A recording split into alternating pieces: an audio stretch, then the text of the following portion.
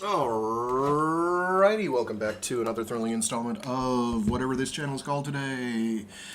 Fraggoth reads? Sure. Do I make that gag every time? Is it a gag? I don't even know anymore, I'm tired. Anyway, welcome back to Fraggoth Reads. Today we're going to be reading more of Cyteen by the indefatigable CJ Cherryh. Let me see how long this next chapter is. It's still going. Ooh, how long is that? Oh, it's only 60 pages. We're gonna have to cut that in half. Okay, very good. You can tell I'm super professional and I do tons of prep work. Anyway, let me plop you in there. That'll be fine. And we'll figure out what we're doing after that. So today will be a little bit of a short one. A shorty pie.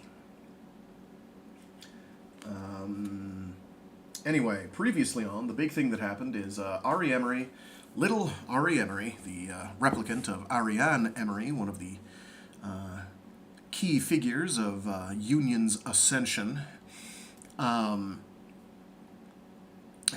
genius scientist, sneaks out of Reseune and meets Horse and tries to get on its back, and it throws her, and she breaks her arm in the process. Now, Reseune security, being on a hair trigger, still nominally led by Giraud Nye, proceeds to kidnap Justin and Grant, as they are wont to do, and be like, where'd you take her? And of course, Justin knows none of this. He's like, I really have no clue. I have no desire to harm this child. Why would I? That would be crazy. And to the point where he says, I'll undergo a psych probe. Probe away, dude. Which he does. We're given the aftermath of that, where he's very shaky, and Grant is more than a little pissed. It turns out that behind the scenes, both Yanni Schwartz and Dennis Nye were both basically pulling for Justin, being like, he didn't do it. He can't have done it. If he did do it, he certainly didn't hurt her. It makes no sense. Then, of course, they recover her, and, it's like, oh, geez, there she is. Okay, well, whoops. So, Justin may or may not be in slightly better graces now. Unfortunately, possibly for all concerned, the timing could not have been worse, as right now political pressure is mounting to figure out what's going on with this Gehenna thing, this 40,000 in Gehenna, on Gehenna, in, at, on, or around Gehenna thing. And pressure is mounting to get into sealed files on that, many of which have Ariane Emory's hands all over them, and her signature. And people don't want that. Namely Giraud Nye does not want this, because it could be potentially explosive and not a good thing for Reseune. So he's basically being pressured into revealing early to Lil Ari that she is in fact a replicant clone of this person named Ariane Emory. And this is all done through Dennis Nye, who tells her this. Jane Strassen is her mother, but not her biological mother. And James Carnath isn't, strictly speaking, her father. Though he kind of is, biologically. And this answers a lot of questions for her, but it raises a whole lot of other ones. And right now, she just really doesn't know who to trust.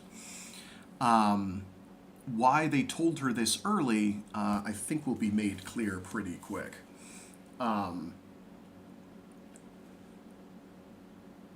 If they don't do it, like, in the next couple pages, they'll do it pretty soon. There are reasons for why they've done this. Why those reasons are will become clear. That's not a spoiler. That's just basic writing should tell you that. That's an obvious thing to have said. Or the writer is a hack. And we know by now, just from my streams alone, that CJ Cherryh is not a hack. I will fight anyone who says so. I will do it. I will engage. I will engage in combat with that individual, verbal or otherwise. I will fight you. CJ Cherryh is one of the unsung all-time greats, as far as I'm concerned. I'm a bit of a fanboy. Anyway, that gets us more or less caught up. Damn, that is a distracting picture of stupid, sexy Grant. Maybe I should remove that one. I haven't been dinged for it yet, so far as I know. Let me check real quick. Have I been dinged? I don't think so. No. He's just stupid, sexy Grant. Anywho, let me just double check, see if there's any love notes from anybody else. Any love notes? Somebody was asking the other day if I could add closed captions. And I think I know how to do that, but they would be AI generated, which means they'd be very... Oh yeah, here we go. Hi, is it possible to turn on subtitles in this video, please? I'm learning English with your stories, and yet subtitles would be very useful for me to read along. I'll tell them I'll look into it. Here, I'm responding to comments live on stream.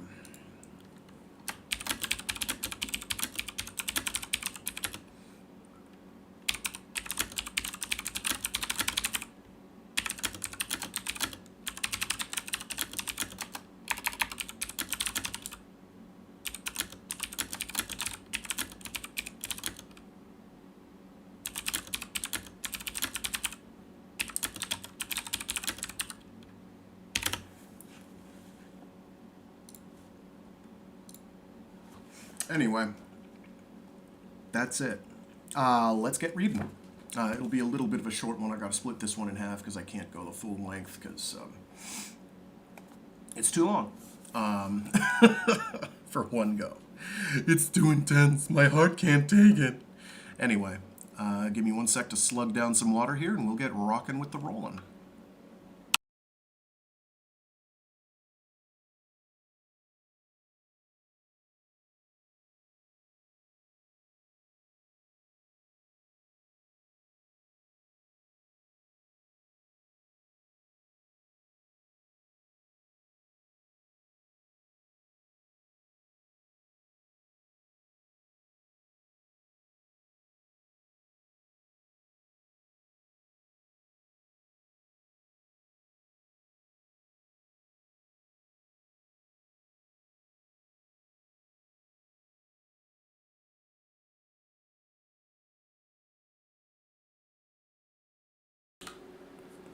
Verbal text from A Question of Union, Union Civics Series, number 3. Reseune Educational Publications, 9799-8734-3, approved for 80+.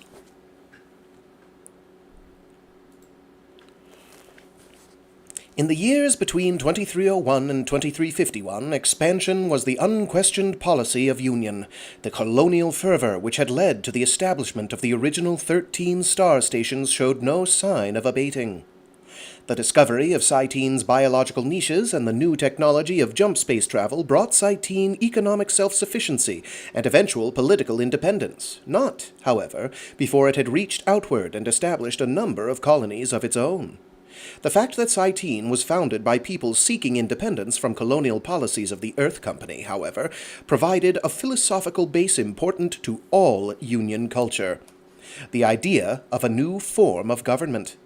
From the time the tensions between Cyteen and the Earth Company they had fled led to the Company Wars and the secession, we have to consider Cyteen as one planet within the larger context of Union.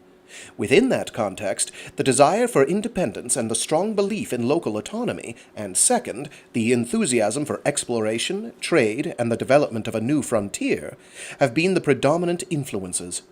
The framers of the Constitution made it a cardinal principle that the Union government will not cross the local threshold, be it a station dock, a gravity well, or a string of stars declaring themselves a political unit within Union, unless there is evidence that the local government does not have the consent of the governed, or unless one unit exists. What? Or unless one unit exits. It's all italicized. These verbal text froms all are in italics, and that threw me for a sec. My bad. I'll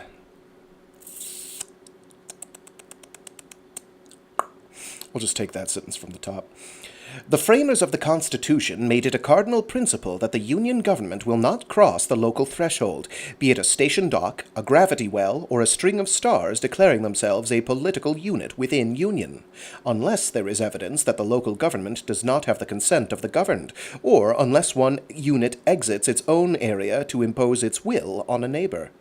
So there can be, and may one day be, many governments within Union, and still only one Union, which maintains what the founders called a consensus of the whole. It was conceived as a framework able to exist.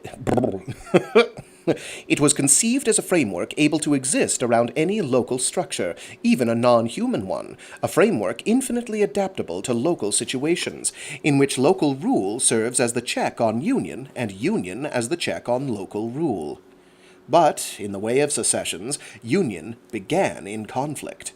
The Company Wars were a severe strain on the new government, and many institutions originated as a direct response to those stresses, among them the first political parties. The Expansionist Party may be said to have existed from the founding of Union, but as the war with the Earth Company entered its most critical phase, the centrist movement demanded negotiation and partition of space at Mariner. The centrists, who had a strong liberal, pacifist, and reunionist leaning, in the inception of the organized party, gained in strength rapidly during the last years of the war, and ironically lost much of that strength as the Treaty of Pell ended the war in a negotiation largely unpopular on the home front. Union became generally more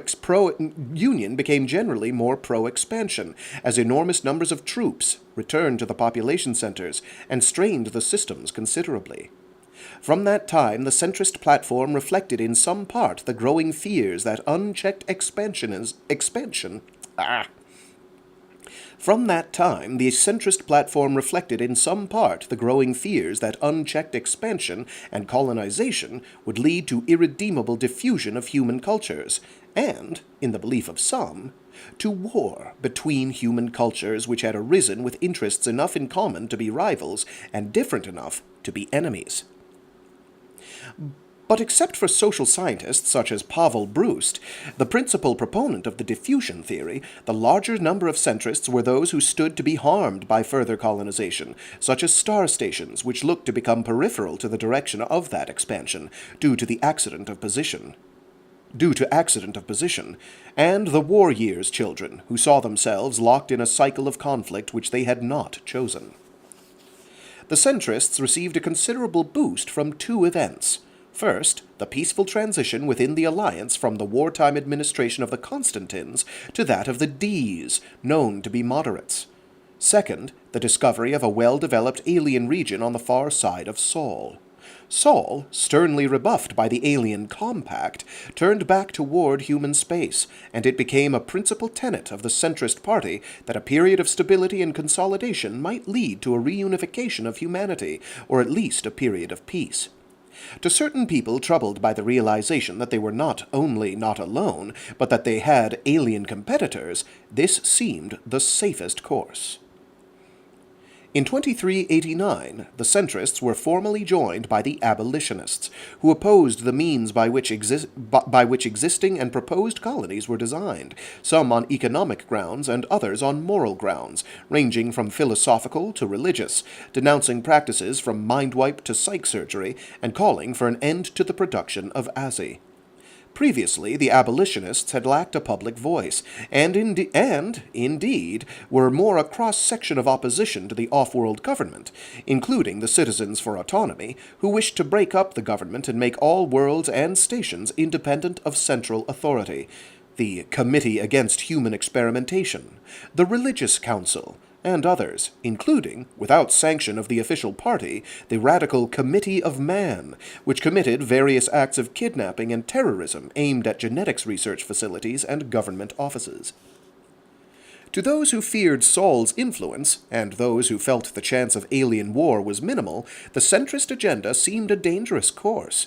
Loss of momentum and economic collapse was the expansionist fear.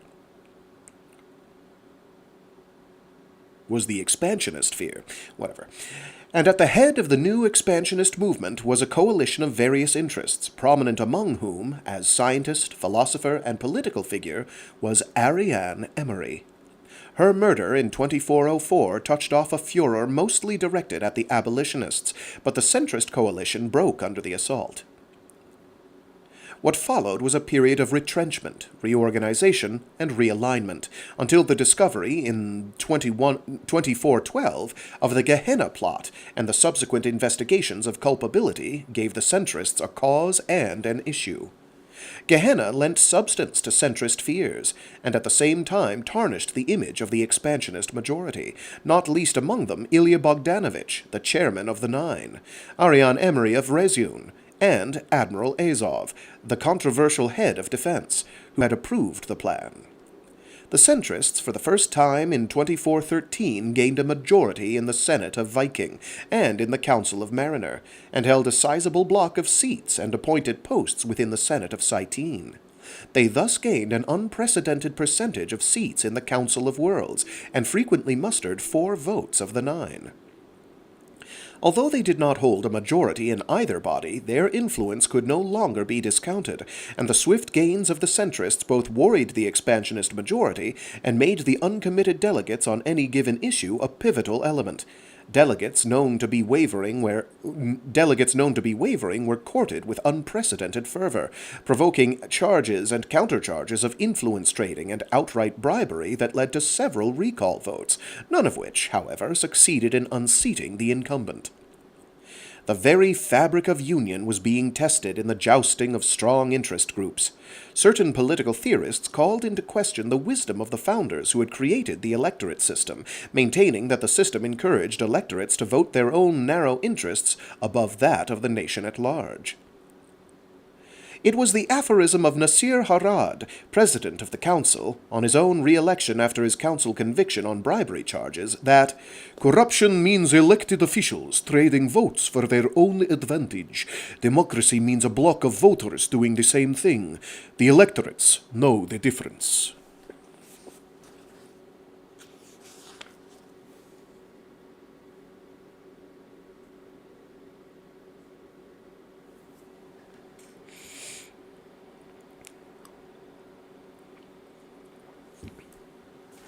Chapter 8 1. An announcement came through the public address in Wing 1 corridors. Storm alert, Justin thought, ticking away at his keyboard on a problem while Grant got up to lean out the door and see what it was. Then, Justin, Grant said urgently. Justin!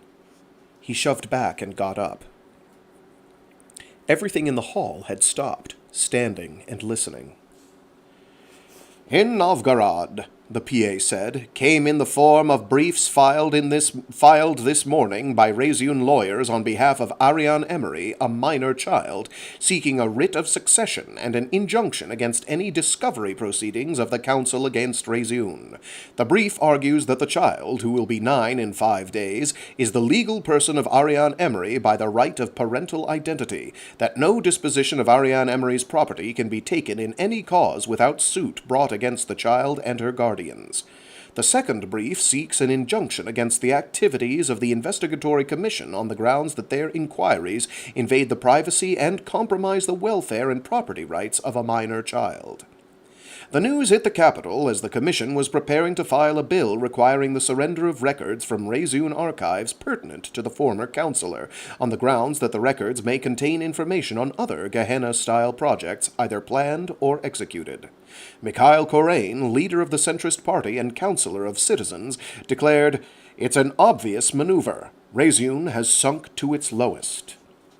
James Morley, chief counsel for Reseune, when told of the comment, stated, "We had no wish to bring this suit. The child's privacy and well-being have been our primary considerations from her conception. We cannot allow her to become a victim of partisan politics. She has rights, and we believe the court will uphold the point. There's no question about her identity. A simple lab test can prove that." Reseune administration has refused comment.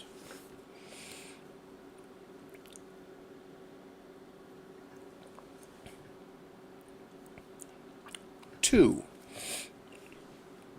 Ari thought she was crazy sometimes, because twice an hour she thought everyone was lying, and sometimes she thought they were not, that there really had been an Ari Emory before she was born.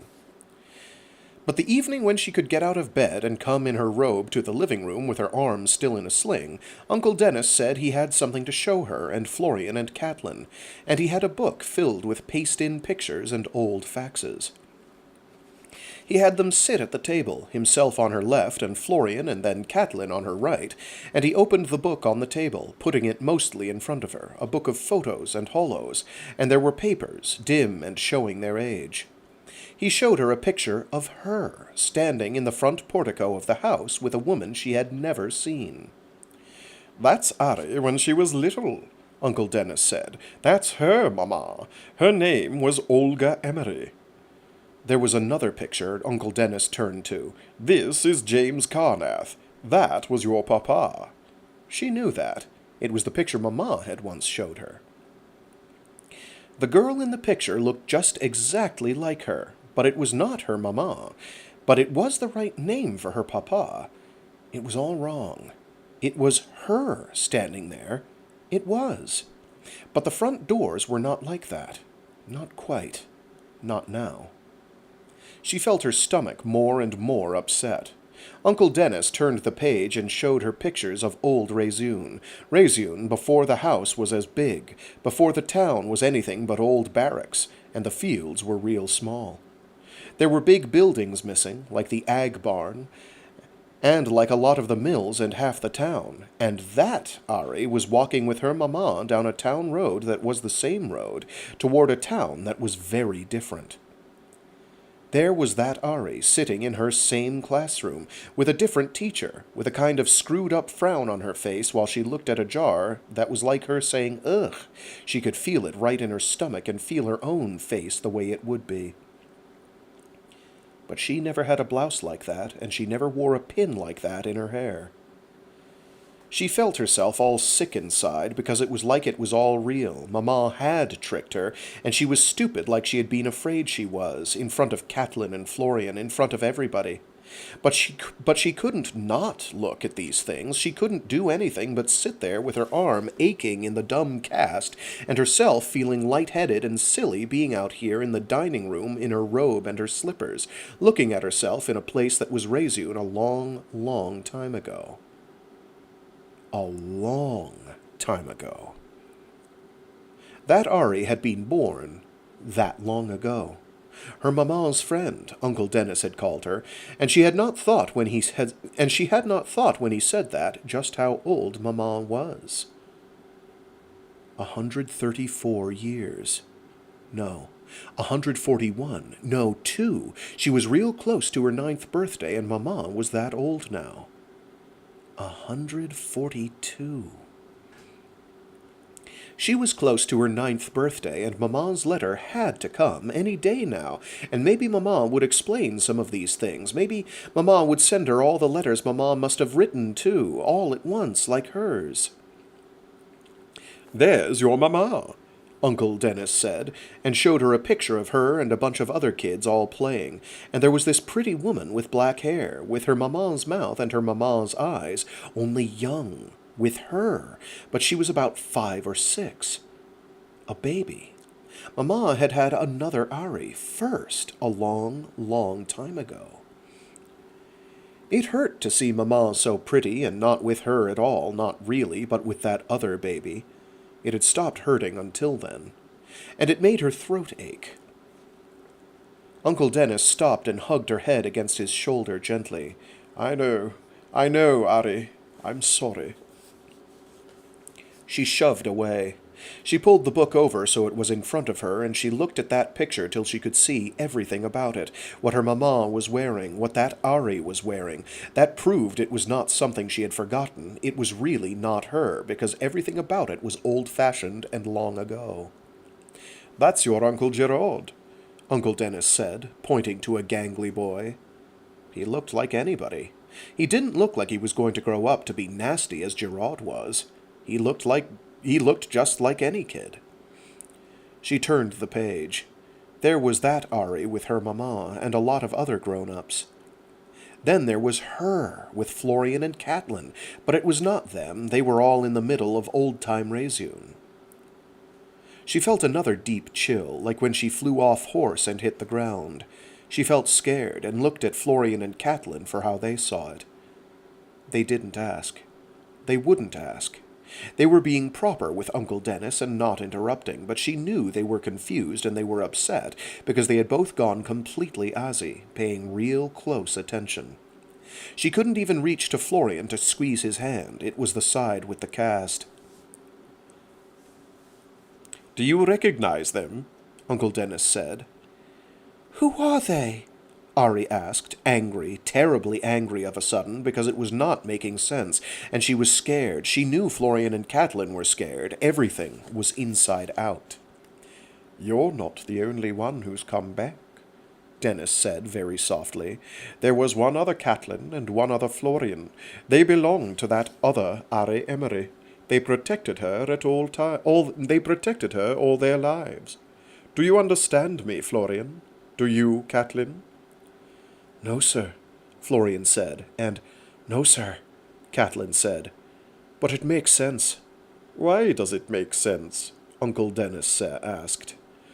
We're Aussie, Catelyn said, the most obvious thing in the world. There could be a lot of us. But I'm a CIT, Ari thought, upset all the way through. Aren't I? You're alphas, Uncle Dennis said, and no, it's not ordinary with alphas. You're too difficult to keep track of. You change so fast. But you're still a lot easier to duplicate than a CIT, you're right, because Aussies start with very specific tape. Teaching Ari has been ever so much harder. Teaching me? Teaching me what? Why? But she knew that. She understood all across the far and wide of it that Uncle Dennis was saying what she was, and not saying it to her, but to Florian and Catelyn, because it was something she could not understand as easily as her Aussie could. Do you know, Mamma had asked her the day she saw the babies, the difference between a CIT and an Aussie? I only thought I did. Dennis left that page open a long time. Ari, he said, do you understand me? She said nothing. When you were confused, it was better to let somebody else be a fool, unless you were the only one who knew the question. And Uncle Dennis knew. Uncle Dennis was trying to tell her what he knew, in this book, in these pictures that weren't her. Your mamma taught you, Uncle Dennis said, and now I do. You're definitely a CIT. Don't mistake that. You're you, Ari. You're very exactly you. Exactly the way Florian is Florian and Catelyn is Catelyn, and that's hard to do. It was ever so hard to get this far. Ari was a very, very special little girl, and you're taking up everything she had, everything she could do, everything she held and owned, which is a very great deal, Ari. That you hold Florian and Catelyn's contracts is all part of that, because you all belong together. You always have, and it wouldn't be right to leave them out. You own a major share of Reseune itself. You own property enough to make you very, very rich, and you've already proved to us who you are. We haven't any doubt at all. But remember that I told you Reseune has enemies. Now some of those enemies want to come in here and take things that belong to you. They don't even know there is an Ari, you understand. They think she died, and that was all of her. And okay. Weird line break. They think she died, and that was all of her, and they can just move in and take everything that belonged to her. That belongs to you, Ari. Do you know what a lawsuit is? Do you know what it means to sue somebody in court? She shook her head, muddled and scared by what Uncle Dennis said, getting too much, far too much, from every direction. You know what judges are? Like in a court. They get all the records and stuff. They can send you to hospital. A civil suit, Ari, that's different than a criminal case. They don't send you to a hospital, but they can say what's so and who owns what. We've lodged a suit in the Supreme Court, in Novgorod, to keep these people from taking everything you own. They can't, you understand, if somebody owns it, really owns it. The only thing is, people don't know you exist. You have to show up in that court and prove you're really Ari and that you have a right to Ari's Cyteen number. That's stupid. How do they know you're not just some little girl all made up and telling a lie?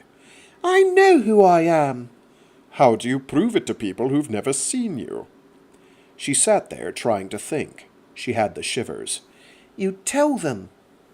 Then they'll say that we're lying. We can send the genetic records, that can prove it beyond any doubt. But they could say we just got that out of the lab, because of course the Ari gene set is there, isn't it? Because you were born out of the lab. They could say there isn't any little girl alive, and she hasn't got any right to anything. That's what could happen. That's why you have to go and stand in that court and tell the judges that's your genetic record, and you're you, Ariane Emory, and you own all that stuff these people in the council want to take. She looked at her right, at Florian and Catelyn, at two pale, very Aussie faces, and back at Uncle Dennis. Could they take Florian and Catelyn? If you don't exist, you can't hold a contract, can you? That's stupid, Uncle Dennis. They're stupid. You just have to prove that, don't you?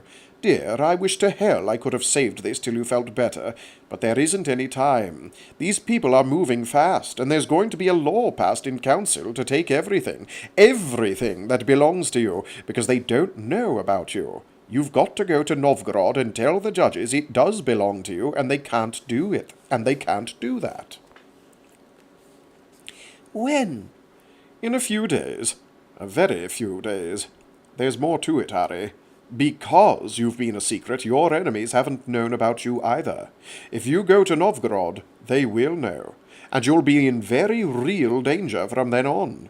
Most of them would sue you in court and try to take what you've got, that kind of enemy, but some of them would kill you if they could, even if you're a little girl.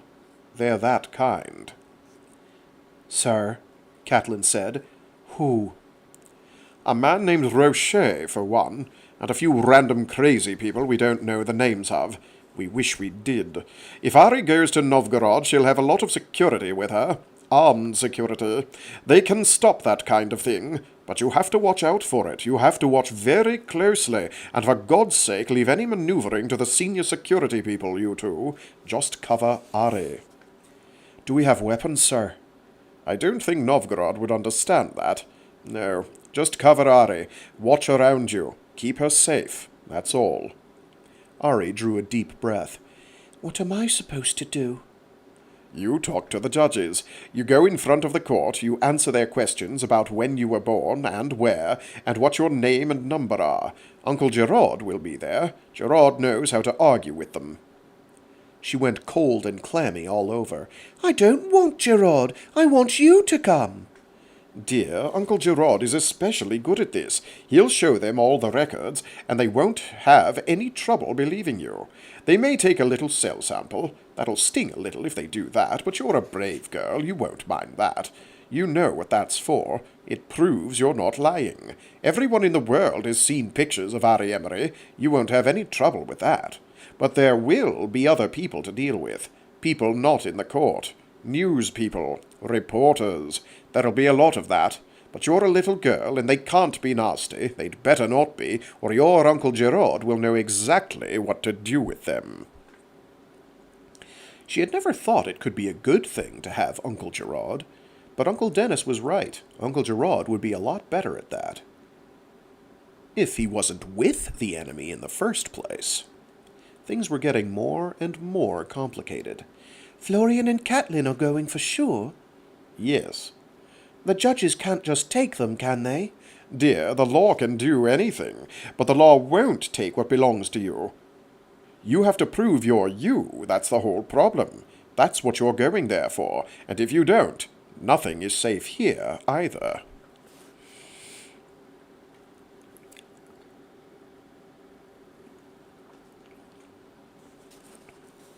So Ari sat in a leather seat in Reseune 1, a seat so big her feet hardly reached the floor, and Florian and Catelyn sat in the 2 seats opposite her, taking turns looking out the windows, only she had one right beside her, with the real outback under them as far as you could see. They would land at Novgorod, they would land at the airport there, but before they landed they were going to see the city from the air. They would see the spaceport, and the Hall of State, and the docks where all the barges went, that chugged past Reseune on the Novaya Volga. They were going to see Swigert Bay and the ocean. The pilot kept telling them where they were and what they were looking at, which right now was the Great West Sink, which was a brown spot on the maps and a brown place from the air with a lake in the middle. She could talk back to the pilot if she pushed a button by her seat. "We're coming up on the Kaukash Range on the right side," the pilot said. They had let her go up front for a little while. She got to see out past the pilot and co-pilot when they were following the Novaya Volga. The pilot asked if she liked flying. She said yes, and the pilot told her what a lot of the controls were and showed her how the plane steered and what the computers did. That was the best thing in days. She had him show Florian and Catelyn until Uncle Giraud said she had better sit down and study her papers and let the pilot fly the plane. The pilot had winked at her and said she ought to. They were spilling Uncle Giraud's drinks. She wished she had her arm out of the cast, because that was a nuisance, and gave Uncle Giraud an excuse to tell her she ought to stay belted in her seat. Most of all, she wished they were all through the court business and the reporters, and they could get to the things Uncle Dennis told her they were going to get to see while they were in Novgorod. That would be fun. She was going to have her birthday in Novgorod. She wanted to prove everything and then get to that part of it. Most of all, she was worried what would happen if Uncle Dennis was wrong. Or if Uncle Giraud couldn't prove who she was. The court couldn't make a mistake, Uncle Dennis said, over and over. Not with the tests they had, and the law was the law. They couldn't take what belonged to somebody without suing, and then it was going to be real hard for them to sue a little girl. Especially because Giraud had a lot of friends in the Defense Bureau who would classify everything. That meant secret. "The reporters are going to be a bigger problem than the court," Uncle Dennis had said. "The reporters will pull up a lot of old pictures of the first Ari. You have to expect that. They'll talk about a little girl Reseune birthed a long time ago, a PR of Estelle Bock. It didn't work right. You've beaten all that little girl's problems. If they say you're like that other little girl, they're being nasty, and you answer them that I'm going to just take this whole paragraph from the top. I'm tripping all over it. "The reporters are going to be a bigger problem than the court," Uncle Dennis had said. "The reporters will pull up a lot of the old pictures of the first Ari. You have to expect that. They'll talk about a little girl Reseune birthed a long time ago, a PR of Estelle Bock. It didn't work right.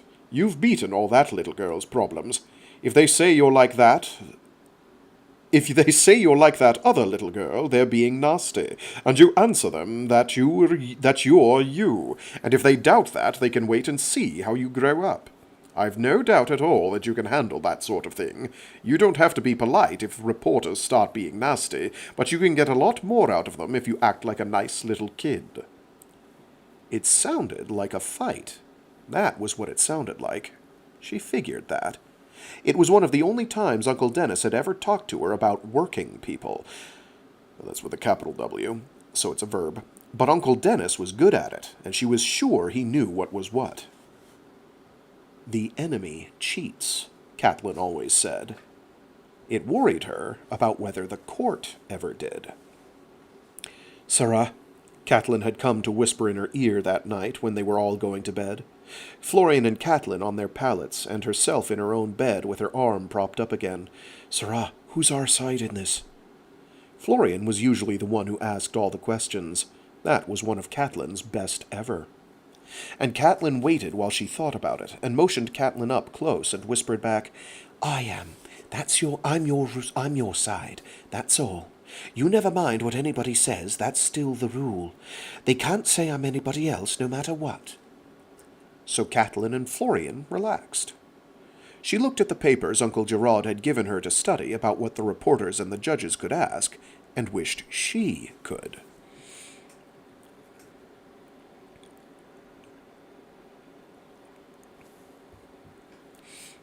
Three.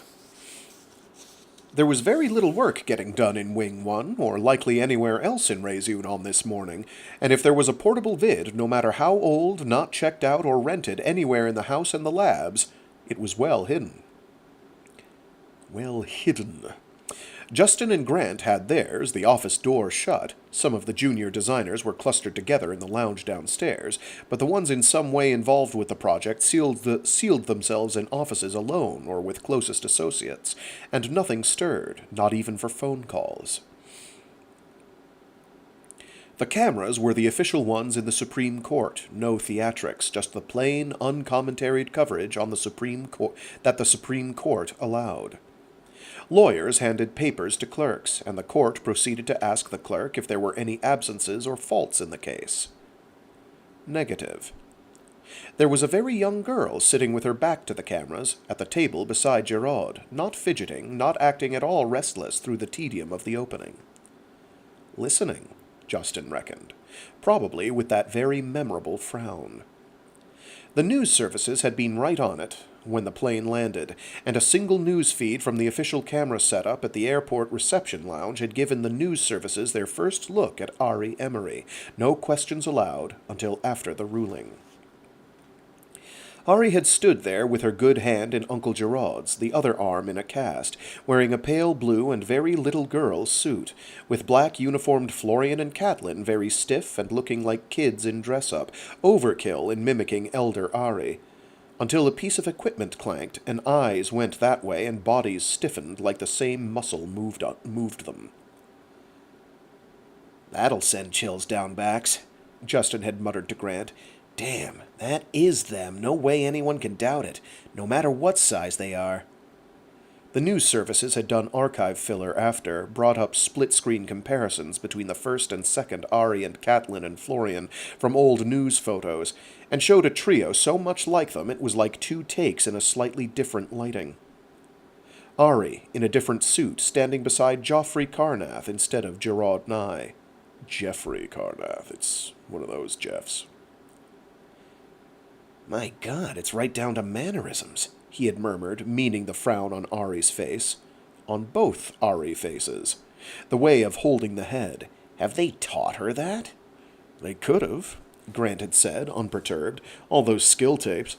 They could do more than penmanship, couldn't they? But a lot of us develop like mannerisms." "Not in a CIT," had been his internal objection. "Damn, they've got to have done that. Skill tapes, muscle learning. You could get that off a damn good actress. Or Ari herself. No telling what kind of things Olga recorded. Are they going that far with the Rubin kid?" He watched that still, attentive little girl at the table, in front of the panel of judges. They had not let Florian and Catelyn sit with her, just Giraud and the team of lawyers. Reseune declines to turn genetic records over to the court. the Chief Justice observed. "Is that the case?" "I need not remind the court," Giraud said, rising, "that we're dealing with a specials gene set." The justices and Uncle Giraud talked back and forth, and Ari listened very hard, and remembered not to fidget, until Uncle Giraud had told her not. Let's try that again. The justices and Uncle Giraud talked back and forth, and Ari listened very hard, and remembered not to fidget. Uncle Giraud had told her not. They were talking about genetics, about phenotype and handprints and retinal scan. They had done all the tests but the skin sample already, when she checked in with the court ID office. "Ariane Emory," the Chief Justice said, "would you come stand with your uncle, please?" She got up. She didn't have to follow protocols, Uncle Giraud said. The court didn't expect her to be a lawyer. She only had to be very polite with them, because they were lawyers themselves, the ones who solved all the most difficult cases in Union, and you had to be respectful. "Yes, sir," she said, and she gave a little bow like Giraud's, and walked up to the railing, having to look up at them. There were 9 of them, like counselors. She had heard about the court in her tapes. Now she was here. It was interesting. But she wished it weren't her case. "Do they call you Ari?" the Chief Justice asked. "Yes, sir." "How old are you, Ari?" "I'm 4 days from 9. "What's your CIT number, Ari?" CIT 201080089, but it's not PR. Uncle Giraud told her that in the paper she had studied. The justice looked at his papers and flipped through things and looked up again. "Ari, you grew up at Reseune." "Yes, sir. That's where I live." "How did you get that cast on your arm?" Just answer that, Giraud had said, about any question on her accident. So she said, "I fell off horse." "How did that happen?" "Florian and Catelyn and I sneaked out of the house and went down to the town, and I climbed up on horse, and he threw me over the fence." "Is horse a real horse?" "He's real. The labs birthed him. He's my favorite." She felt good, just remembering that little bit before she went over the fence, and the justice was interested, so she said, "It wasn't his fault. He's not mean. I just surprised him and he jumped, so I went off." "Who was supposed to be watching you?"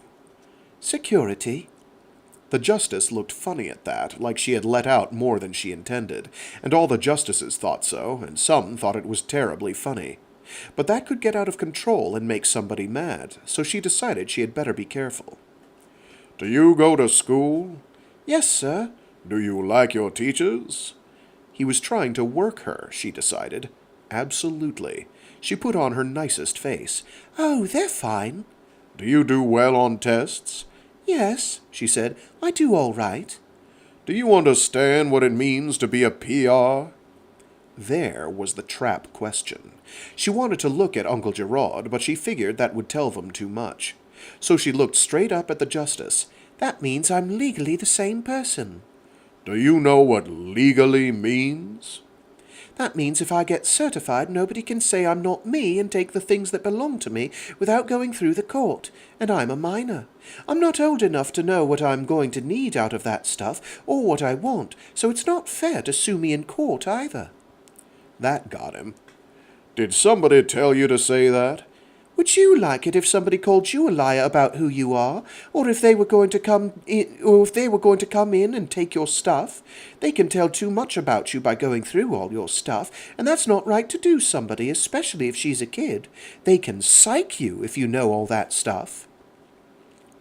Got him again. "God," Justin said, and lifted his eyes above his hand, watching while Giraud got Ari back to her seat. "She certainly answered that one," Grant said. Courtroom drama in my science fiction novel? It's more likely than you think. Better yet, incredibly entertaining courtroom drama. In a space future court.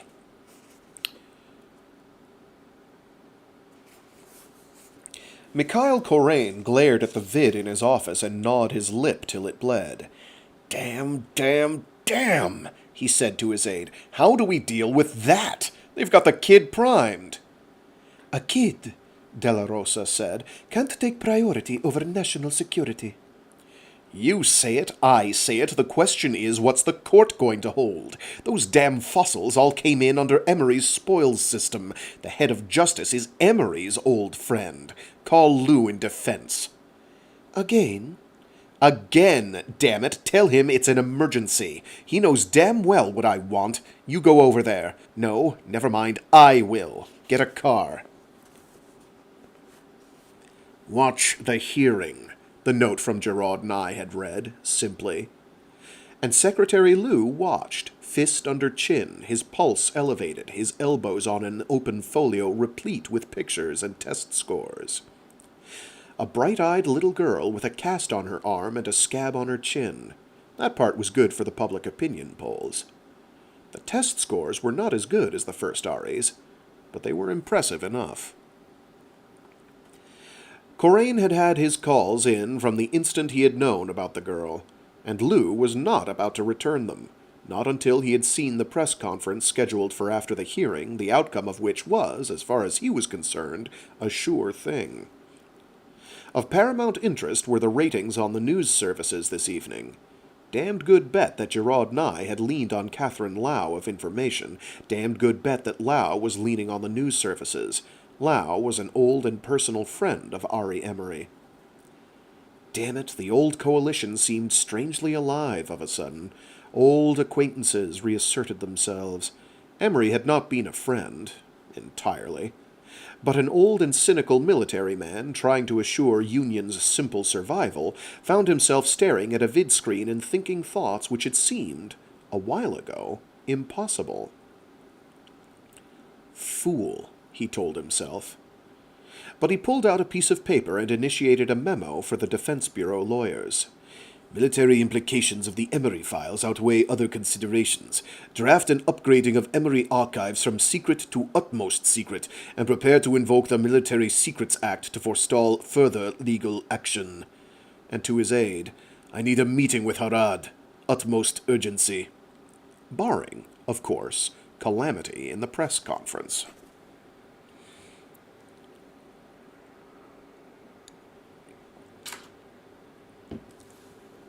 "4. Ari, the Chief Justice said, would you come up to the bar? It was after lunch, and the Justice called her right after he had called Uncle Giraud. So she walked up very quiet and very dignified, at least as much as she could with the cast and the sling, and the Justice gave a paper to the bailiff. Ari, the Justice said, the court is going to certify you. There's no doubt who your gene mother was, and that's the only thing that's at issue in this court today. You have title to your gene mother's CIT number. As to the PR designation, which is a separate question, we're going to issue a temporary certification. That means your card won't have it, because Reseune is an administrative territory, and has the right to determine whether you're a sibling or a parental replicate, which in this case falls within Reseune's special grants of authority. This court doesn't feel there's cause to abrogate those rights on an internal matter where there is no challenge from other relatives.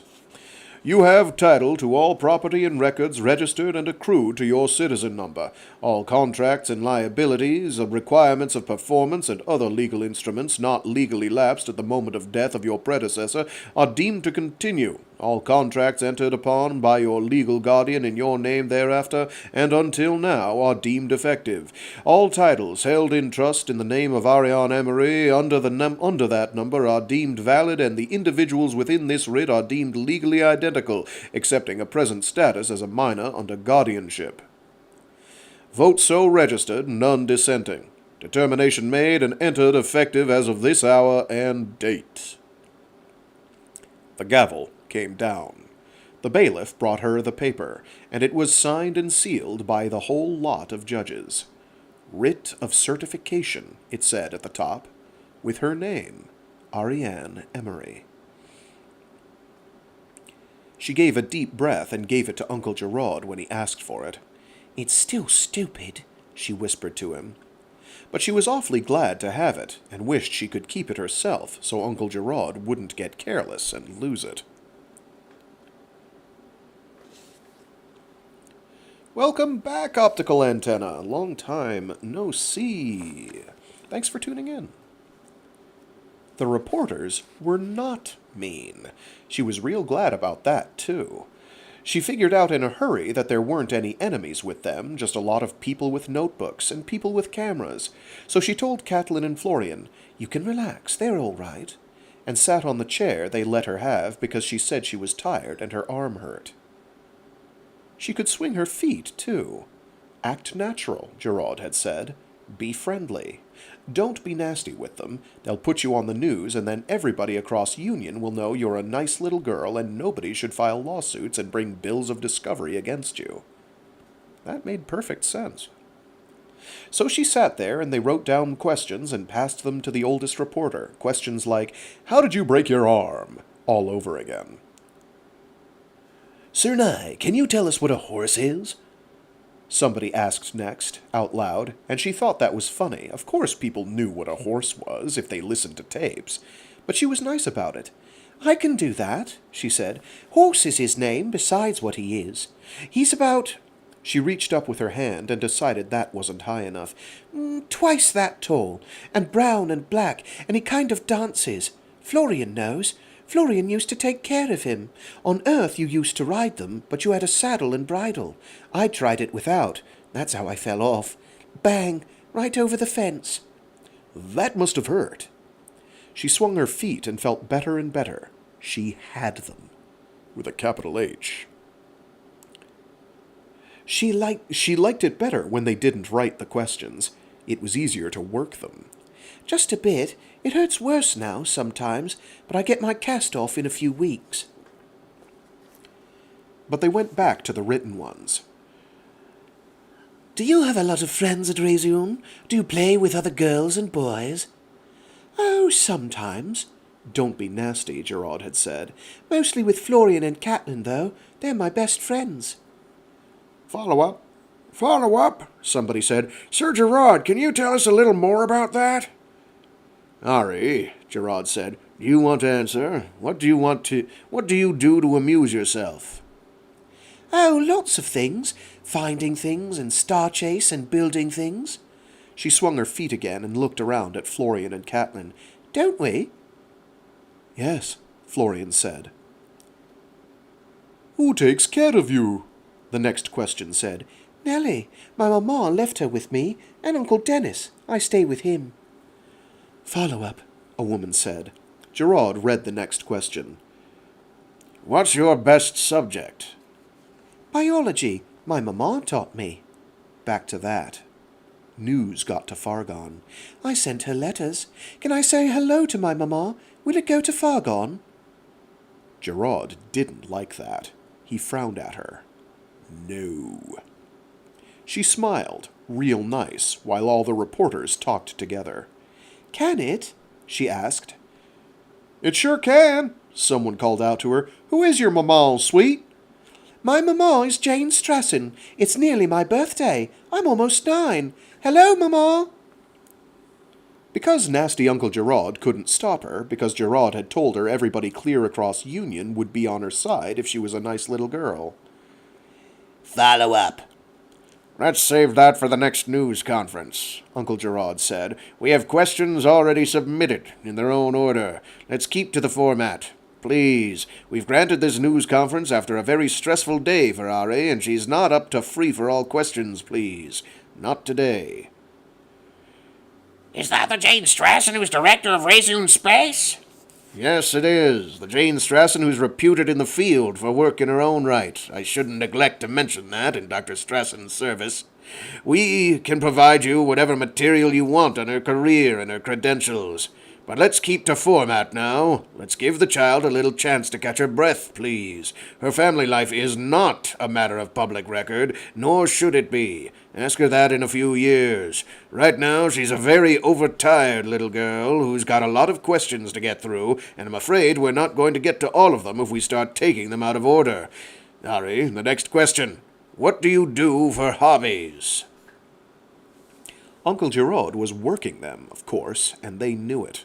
She could stop him, but that would be trouble with Uncle Giraud, and she didn't want that. She had done everything she wanted. She was safe now, she knew she was, because Giraud didn't dare do a thing in front of all these people who could tell things all the way to her mama, and who could find out other things. She knew about freedom of the press. It was in her civics tapes. What for hobbies? I study about astronomy, and I have an aquarium. Uncle Dennis got me some guppies. They come all the way from Earth. You're supposed to get rid of the bad ones, but you can breed ones with pretty tails. The pond fish would eat them, but I don't do that. I just put them in another tank, because I don't like them to get eaten. They're kind of interesting. My teacher says they're throwbacks to the old kind. My Uncle Dennis is going to get me some more tanks, and he says I can put them in the den. Guppies are small fish, Uncle Giraud explained. People outside Reseune didn't get to see a lot of things, she decided. Guppies are easy, she said. Anybody could raise them. They're pretty, too, and they don't eat much. She shifted in her chair. Not like horse.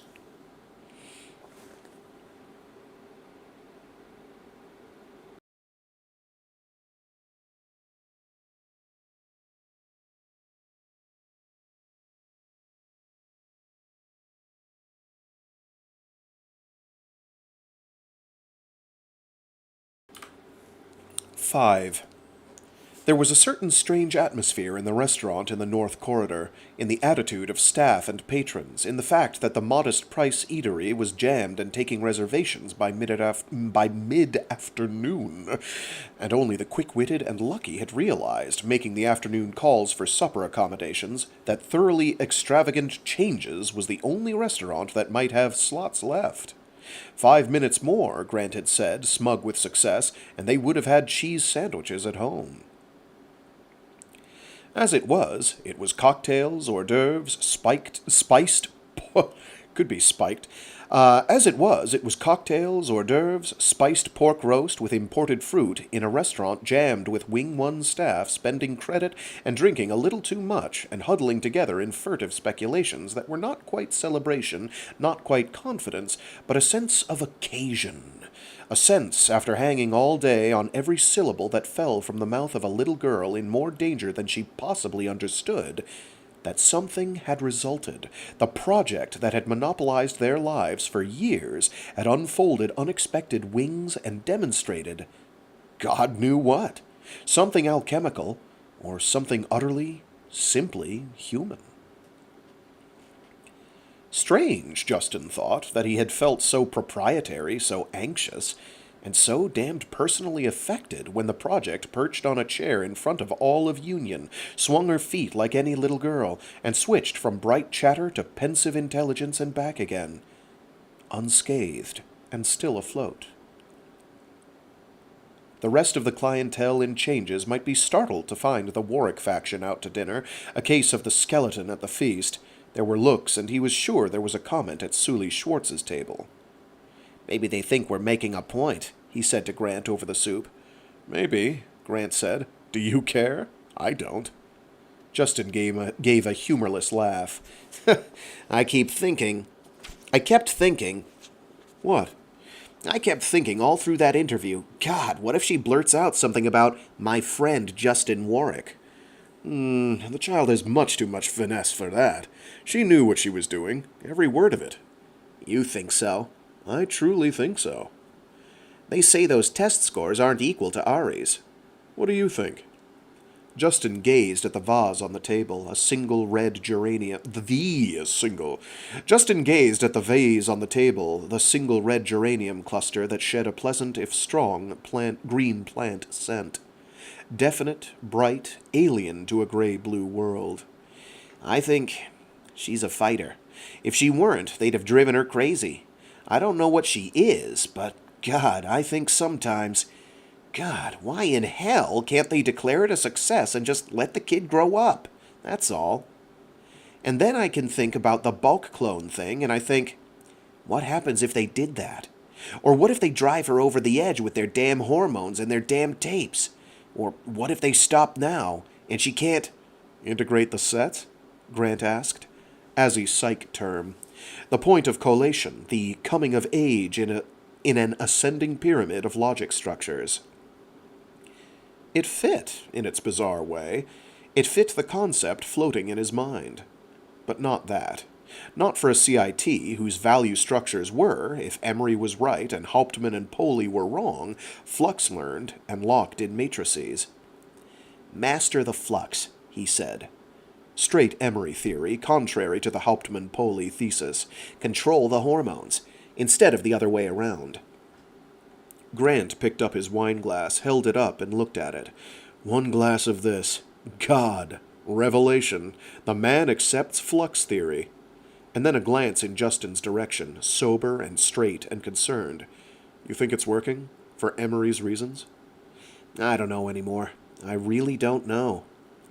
The soup changed taste on him, went coppery and for a moment unpleasant, but he took another spoonful, and the feeling passed. Sanity reasserted itself, a profound regret for a little girl in a hell of a situation. I keep thinking, if they pull the program from under her now, where's her compass, then? When you spend your life in a whirlwind, and then the wind dies down, there's all this quiet, this terrible quiet. He was not talking about Ari, suddenly, and realized he was not. Grant was staring at him, worriedly, and he was caught in a cold, clear moment. Lamplight, Grant, the smell of geranium, in a dark void where other faces hung in separate, lamplit existence. When the flux stops, he says, when it goes null, you feel like you've lost all contact with things. That nothing makes sense. Like all values going equal, none more valid than any other. And you can't move. So you devise your own pressure to make yourself move. You invent a flux state. Even panic helps. Otherwise, you go like the Boke clone. You just diffuse in all directions and get no more input than before. Flow-through, Grant said, without a supervisor to pull you out. I've been there. Are we talking about Ari? Or are you telling me something? CITs, Justin said. CITs. We can flux think our flux states, too. Endless subdivisions. We tunnel between realities. He finished his soup and took a sip of wine. Anything can throw you there. Like a broken hologram, any piece of it, the matrix evokes the flux. Blah. Like a broken hologram, any piece of it, the matrix evokes the flux. The taste of orange juice. After today, the smell of geraniums. You start booting up memories to recollect the hormone shifts, because when the wind stops and nothing is moving, you start retrieving old states to run in. Am I making sense? Because when the wind stops, you haven't got anything else. Bulk's clone became a musician. A fair one, not great, but music is emotion. Emotional flux through a math system of tones and ratios. Flux and flow-through state for a brain that might have dealt with hyperspace. Except they never took the pressure off Bulk's clone, Grant said. She was always news to the day she died. Or it was skewed, chaotic pressure piling up in confusions. You're brilliant. You're a failure. You're failing us. Can you tell us why you're such a disappointment? I wonder if anyone ever put any enjoyment loop into the Bulk clone's deep sets. How do you do that? Grant asked, when putting it in our eminently sensible sets, flirts with psychosis. I think you teach the subject to enjoy the adrenaline rushes, or to produce pleasure out of the flux itself instead of retrieving it out of the databanks. The waiter came and deftly removed the empty soup bowls, added more wine to the glasses. I think, Justin said uncomfortably, you've defined a masochist, or said something.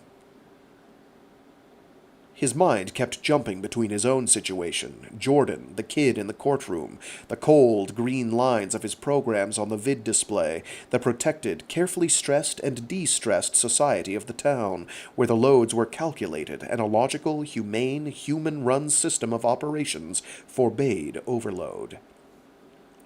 Pleasure and pain, sweet. He reached for the wine glass and kept his hand steady as he sipped it, set it down again as the waiters brought the main course. He was still thinking while he was chewing his first bite, and Grant held a long, long silence. God, he thought, do I need a state of panic to think straight? Am I going off down a tangent to lunacy, or am I onto something? I'm damn tempted, he said to Grant finally, to make them a suggestion about Ari. God, Grant said, and swallowed a bite in haste. They'd hyperventilate. You're serious? What would you suggest to them? That they get Ari a different teacher. At least one more teacher, someone less patient than John Edwards. She isn't going to push her own limits if she has Edwards figured out, is she? She's got a whole lot of approval and damned little affection in her life. Which would you be more interested in the Edwards setup? Edwards is a damned nice fellow, damned fine teacher, does wonders getting the students interested.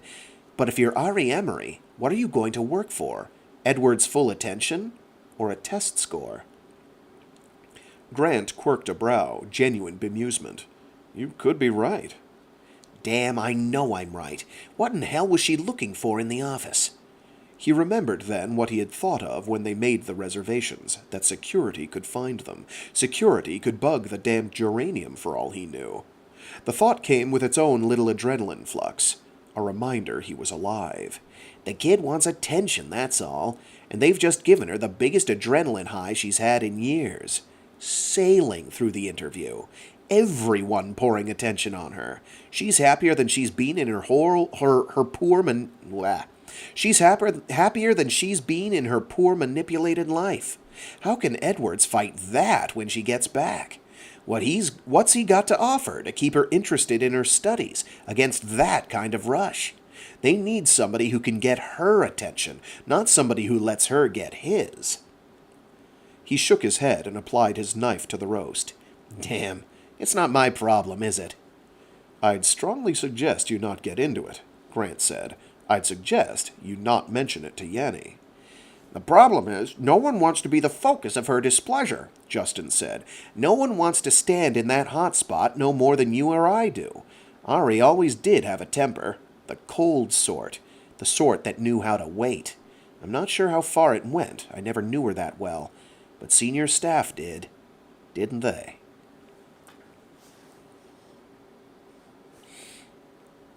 I lied to you all. We're going to keep rolling.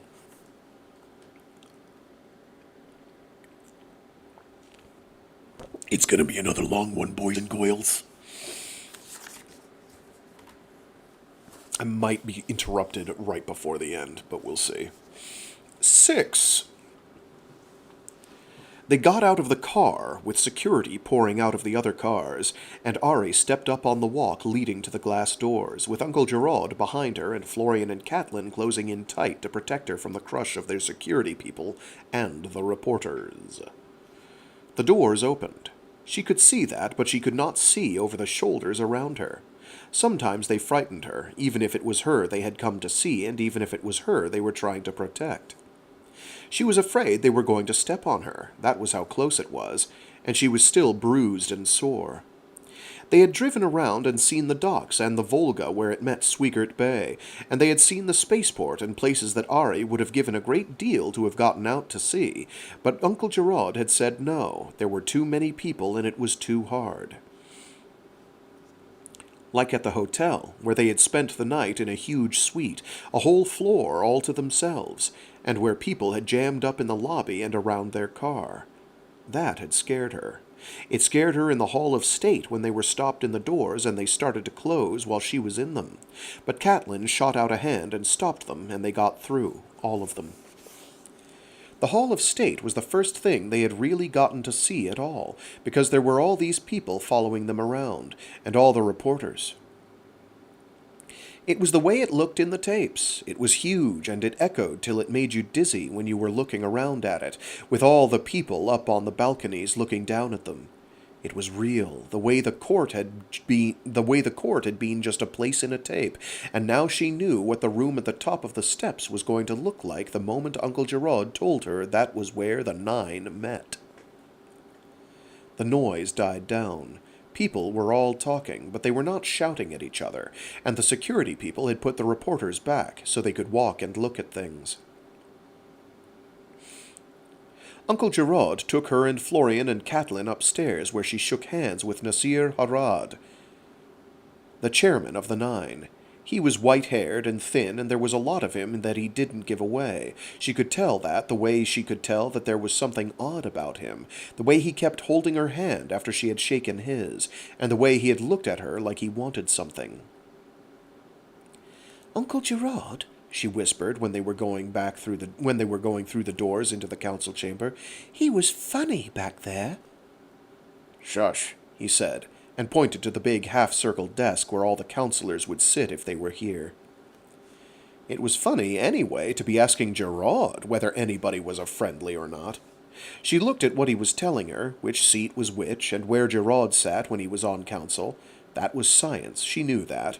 They had driven past the science building, and Giraud had said he had an office there, and one in the Hall of State, but he wasn't there a lot of the time. He had secretaries and managers to run things. He had security push a button that opened the back wall, and she stood there staring while the council chamber opened right into the big council hall, becoming a room to the side of the seats, with the rostrum in front of the huge wall Uncle Giraud had said was made out of stone from the Volga banks, all rough and red sandstone, just like it was a riverside. The seats all looked tiny in front of that. "This is where the laws are made," Uncle Giraud said, and his voice echoed like every footstep. "That's where the council president and the chairman sit, up there on the rostrum." She knew that. She could tape remember the room full, with people walking up and down the aisles. Her heart beat fast. "This is the center of union," Uncle Giraud had said. "This is where people work out their differences. This is what makes everything work." She had never heard Uncle Giraud talk like that, never heard Uncle Giraud talk in that quiet voice that said these things were important. He sounded like Dr. Edwards, somehow, doing lessons for her. He took her back outside, then, where it was noisy and security made room for them. Down the stairs, then. She could see cameras set up down below. "We're going to do a short interview," Uncle Giraud told her, "and then we're going to have lunch with Chairman Harad. Is that all right?" "What's going to be for lunch?" she asked. Food sounded good. She was not so sure about Chairman Harad. "Counselor," an older woman said, coming up to them, and put her hand on Uncle Giraud's sleeve and said, "Private, quickly, please." It was some kind of trouble. Ari knew it. The woman was giving it off like she was about to explode with worry, and Giraud froze up just a second and then said, "Ari, stand here." They talked together, and the woman's back was to them. The noise blurred everything out. But Uncle Giraud came back very fast, and he was upset. His face was all pale. "Sirrah," Florian said, very fast, very soft, like he wanted her to say what to do. But she didn't know where the trouble was coming from, or what it was. "Ari," Uncle Giraud said, and took her aside, along by the wall, the huge fountain, and down to the other end where there were some offices. Security moved very fast. Florian and Catelyn went with her, and nobody was following them. There was just that voice sound everywhere, murmuring like the water. Security opened the doors. Security told the people inside to go into a back office, and they looked confused and upset. But, "Wait out here," Uncle Giraud said to Florian and Catelyn, and she looked at them, scared, Uncle Giraud hurrying her into an empty office with a desk and a chair. They were going to follow her, not certain what to do, but he said, "Out!" and she said, "It's all right." He shut the door on them. They were scared. Uncle Giraud was scared. And she didn't know what was going on with everyone, except he took her by the shoulders and looked at her and said, Ari, there's news on the net. It's from Fargon. I want you to listen to me. It's about your mama. She's died, Ari." She just stood there. She felt his hands on her shoulders. He hurt her right one. He was telling her something crazy, something that couldn't be right, that couldn't be about Mama. It didn't make sense. "She died some 6 months ago, Ari. The news is just breaking over the station net. It just got here. They're picking it up out there on their comlinks.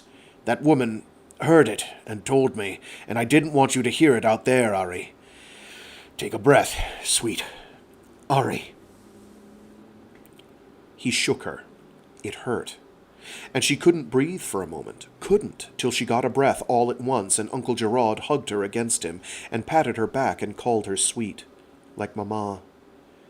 She hit him. He hugged her so she couldn't, and just went on holding her while she cried. It's a damn lie!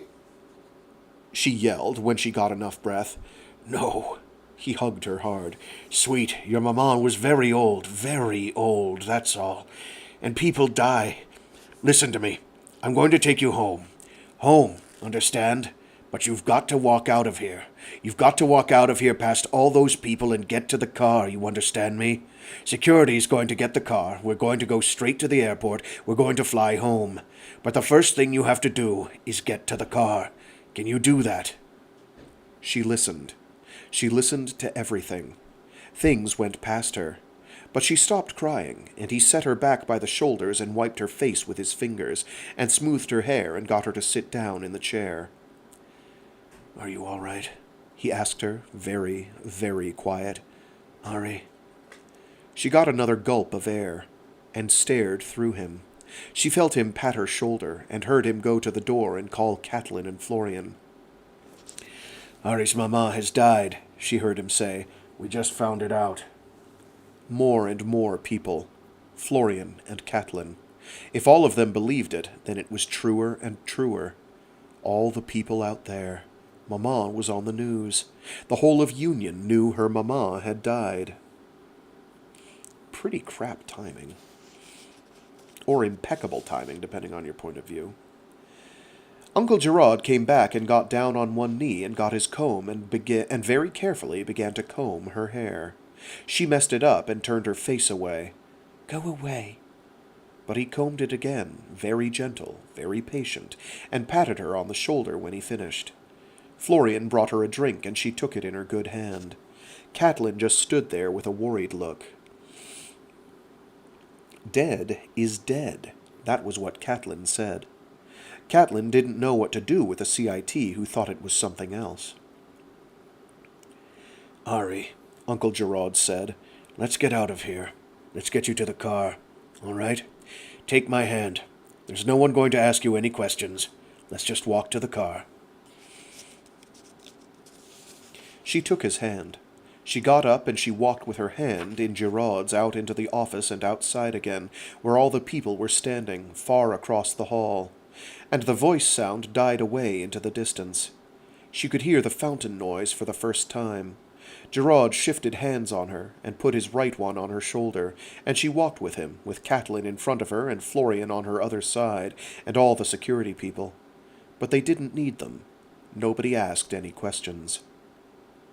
They were sorry, she thought. They were sorry for her. And she hated that. She hated the way they looked at her. It was a terribly long walk, until they were going through the doors and getting into the car, and Florian and Catelyn piling in on the other side, while Uncle Giraud got her into the back seat and sat down with her and held her. Security closed the back doors. One of them got in and closed the doors, and the car started up, fast and hard, the tunnel lights flashing past them.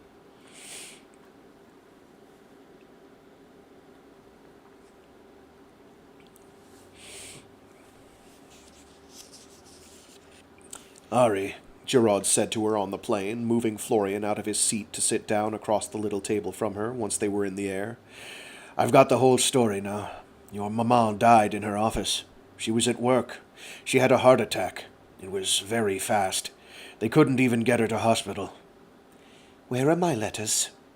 She asked, looking straight at him, looking him right in the face. Giraud looked at her straight too. At Fraggoth. I'm sure she read them. Why didn't she answer me? Giraud took a moment. Then, I don't know, Ari. I truly don't know. I don't know if I can ever answer that. I'll try to find out. But it takes time. Everything between here and Fraggoth takes a long time. She turned her face away from him, to the window where the outpack showed hazy reds. She had not had her maman for 6 months, and she had never felt it. She had gone on as if nothing had happened, as if everything was still the same. It made her ashamed. It made her mad. Terrible things could have happened besides that, and it would take that long to know about them. "I want Ollie to come home," she said to Giraud. "I'll see about it," Giraud said. "Do it." Ollie has a choice too, Giraud said. "Doesn't he? He's your maman's partner. He'll have taken care of your maman's business. He'll have seen that things went right. He's not a servant, sweet. He's a very good manager, and he'll be handling your maman's office and handling her affairs for her. He'd want to do that. But I'll send and ask him what he wants to do." She swallowed at the lump in her throat. She wished Giraud would go away. She didn't know what she thought yet. She was still putting it together. She thought again of that long walk and everybody in the hall staring at her. And she had to do that again at Reseune. Everybody staring at her, everybody knowing what was going on. It made her mad. It made her so mad it was hard to think. But she needed to. She needed to know where people were lying to her. And who would want to take things from her? And whether that was what had happened to Mama. Who are they? Where are they? What have they got? She looked at Giraud when he was not looking, just looked, a long time.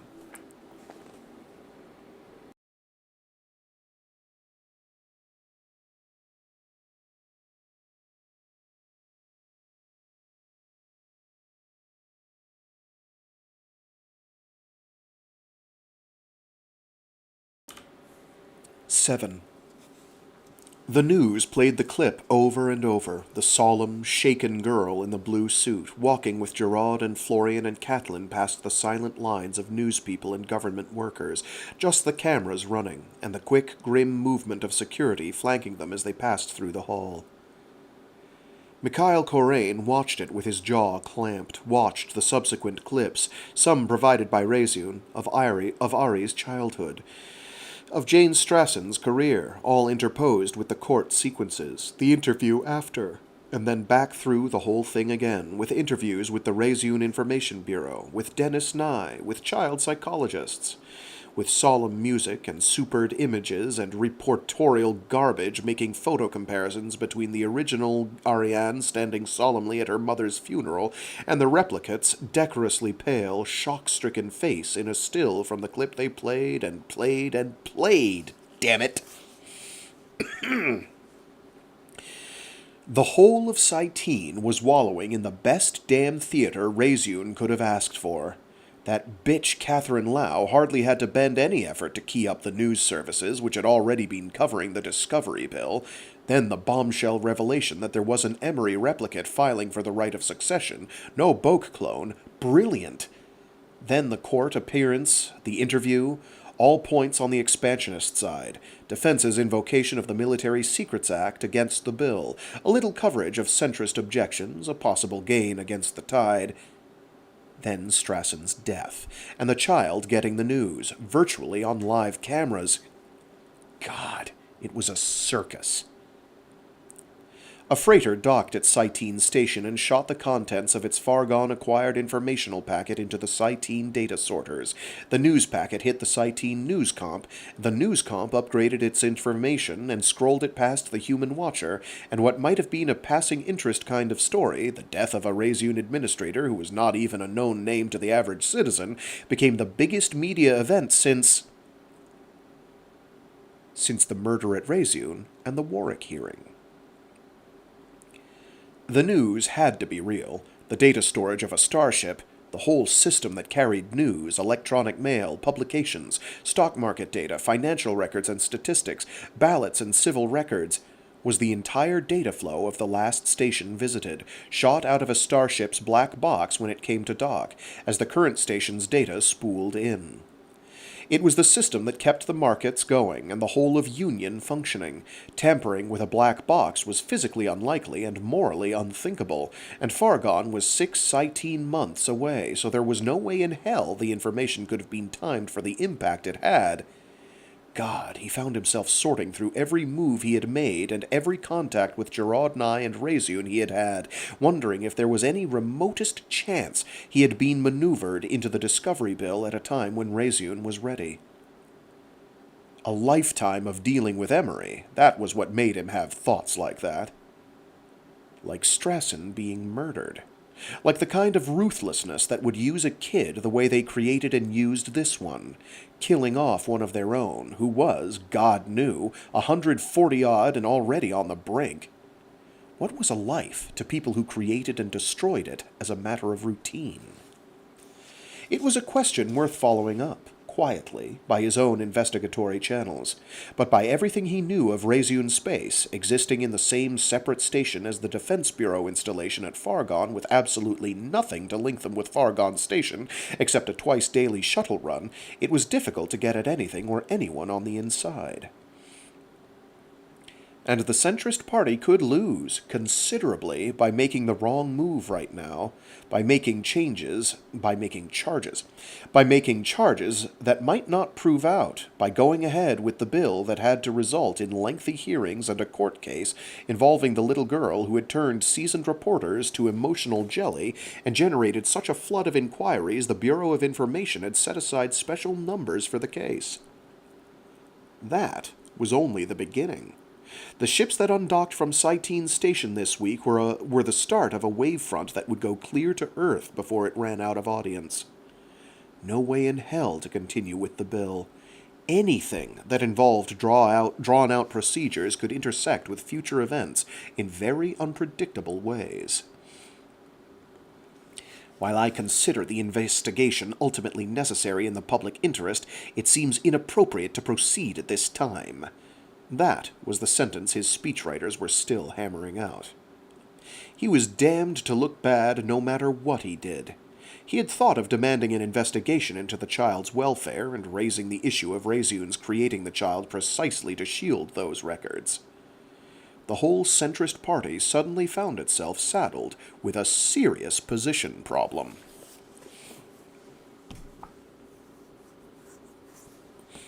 No kidding, dude. No kidding.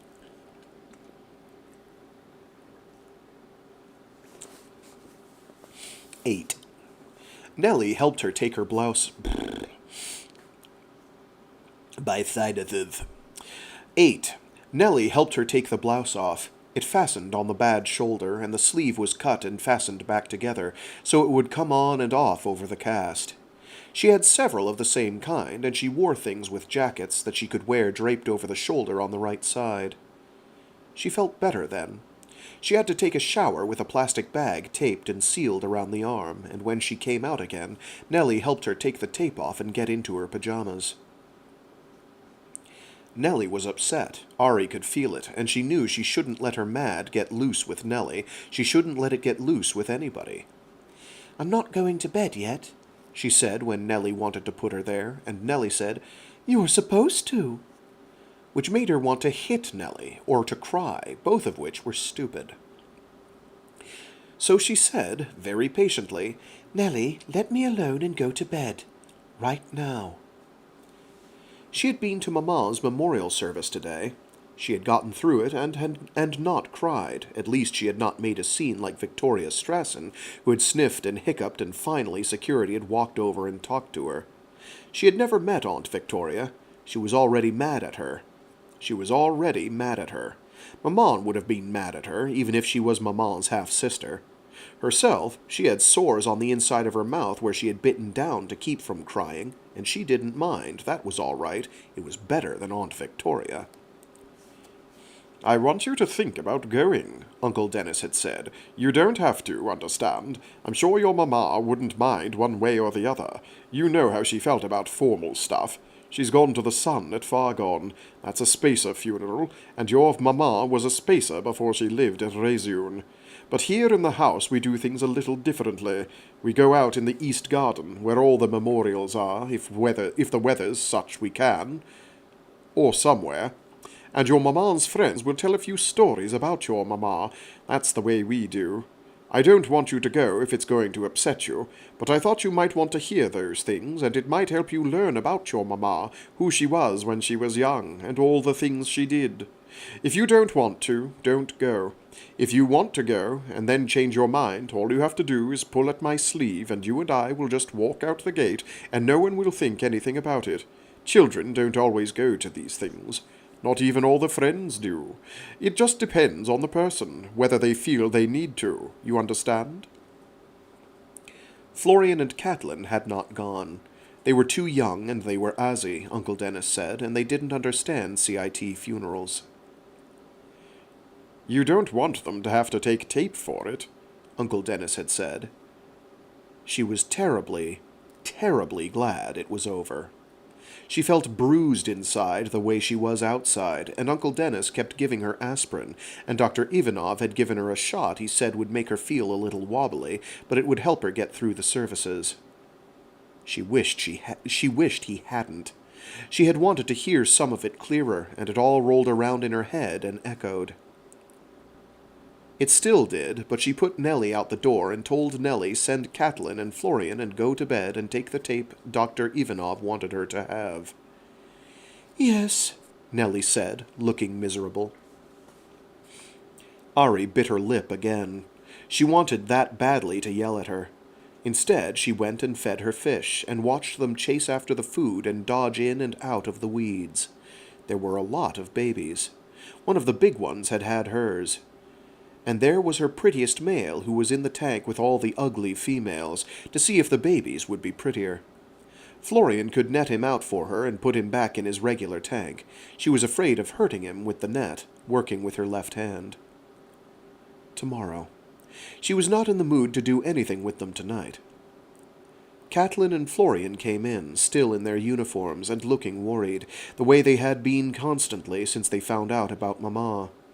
They didn't understand half how it felt, she knew that, but they were hurting all the same, because she hurt. Florian had told her he felt terribly guilty about her arm and then her Mama, and asked her if there was anything they could do. She wished there were. But he couldn't be guilty.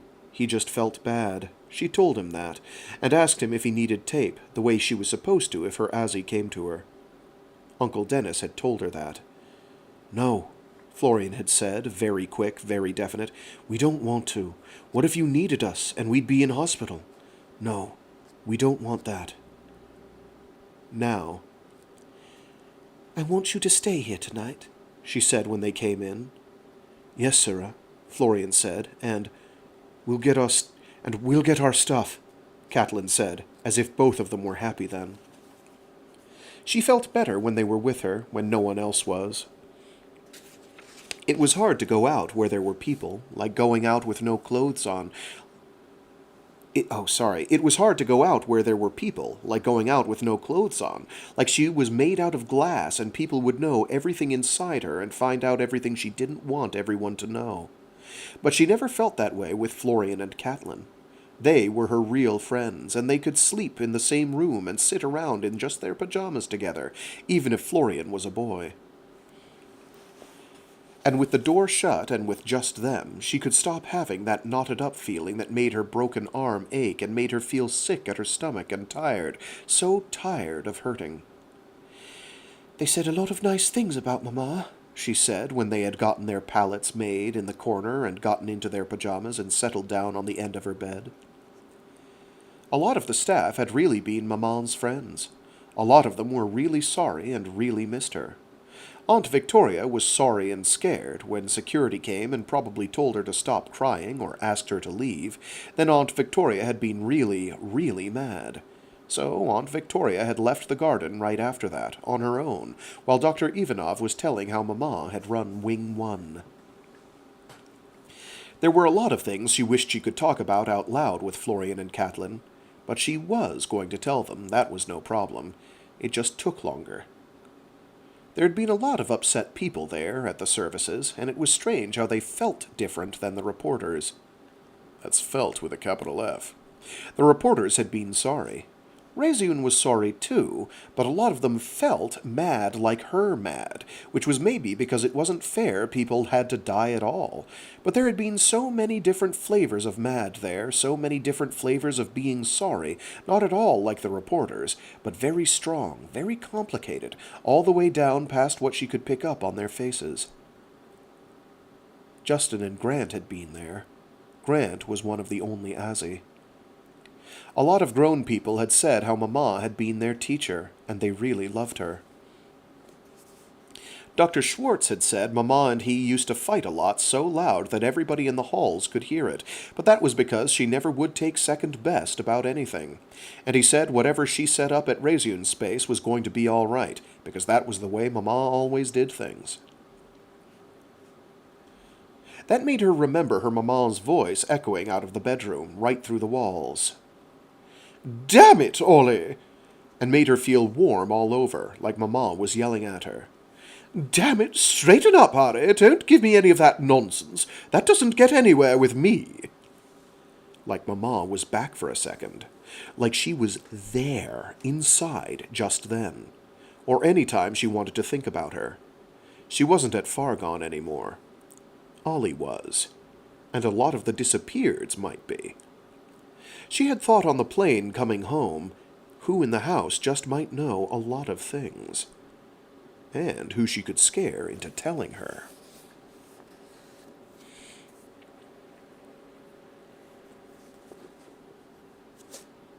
Give me 1 sec, I've run out of water. I will be right back.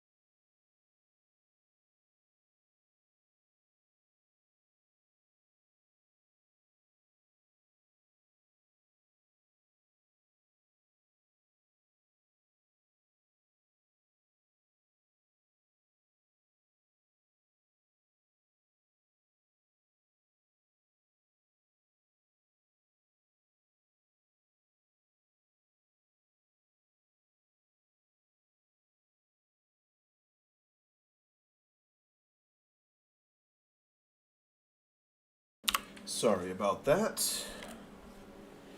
Let us get back to it.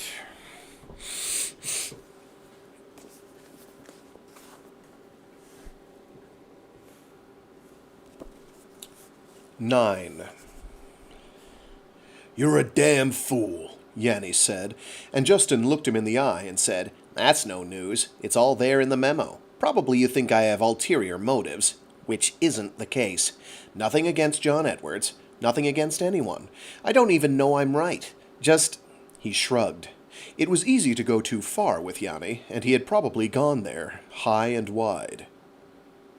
Time to stage a retreat, he reckoned. Fast. "I'll go get back to my business," he said. "I'll have the GY project in tomorrow morning." Stay put. He sank back into the chair, under Yanni's scowl. "You think the kid doesn't have enough stress?" Yanni said. "I don't mean that. You know I don't mean that. Son, administration is just a little wrought up just now. So am I. I appreciate the fact that you don't hate the kid. You really think you see something. But you know, we're all tired, we're all frayed around the edges, and I really hope you haven't gone anywhere else with this. No, I haven't. You know what I think you're doing? Not a rhetorical question. Yanni left a long, deathly silence for his answer. What, sir? Sounds like your own damn craziness to me. The same damn sink you come back to like a stone falls down. That's what it sounds like to me. Motivations and reward structures. I think I have a point. And you put it in writing. Yanni picked up the 3-page memo and slid it into a slot at the edge of his desk. A red telltale flashed, and a soft hum meant even the ash had been scrambled. That's a favor, son.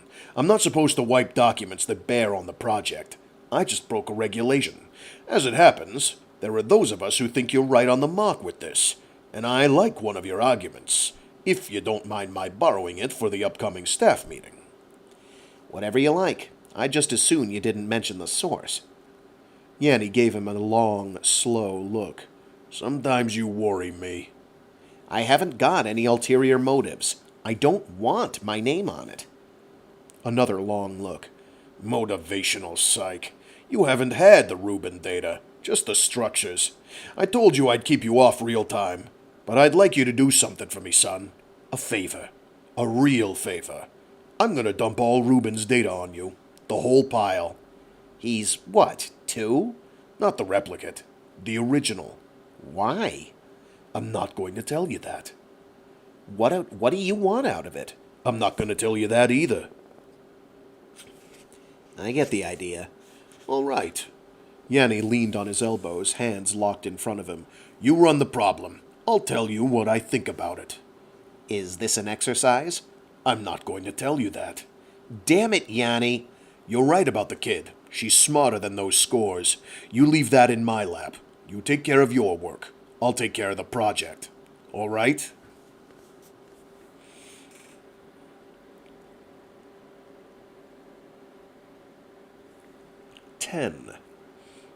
Uncle Dennis took another helping of eggs. Ari picked at hers, mostly just moved them around because breakfast upset her stomach. We could go out to eat tonight, Uncle Dennis said. Would you like that? No, she said. I'm not hungry. It was her 9th birthday. She just wanted to forget it was her birthday at all. She didn't want to complain about her stomach, because then Uncle Dennis would call Dr. Ivanov, and that would mean another shot, and her head being all fuzzy. Is there anything you do want? Uncle Dennis said. I want Mama, she thought, mad until she felt like she could throw the dishes off the table and break everything. But she didn't. Ari, I know it's a terrible time for you. There's nothing I can do. I wish there were. Is there anything you'd like to do? Is there anything you want that I can get you? She thought, there was no good throwing an offer like that away. If you could get something, you got it, and you might be glad later. She had figured that out a long time ago. There is something I want for my birthday. What's that, dear? She looked at Uncle Dennis right in his eyes, her best wishing look. Horse. Uncle Dennis took in his breath real quick. Ari, sweet. You asked? I think a broken arm is enough. No, absolutely not. I want horse. Horse belongs to Reseune, Ari. You can't just own him. That's what I want anyway.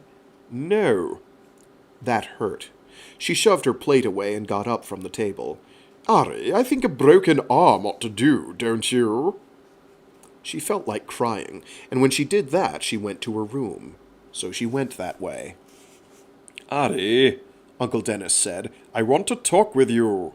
She looked back at him. I don't feel good. I'm going to bed. Come here. She didn't. She went to her hall and shut the door. And went and cried like a baby, lying on her bed, till she got mad and threw Pooh Thing across the room. Then she felt like something had broken, because Pooh Thing came from Mama.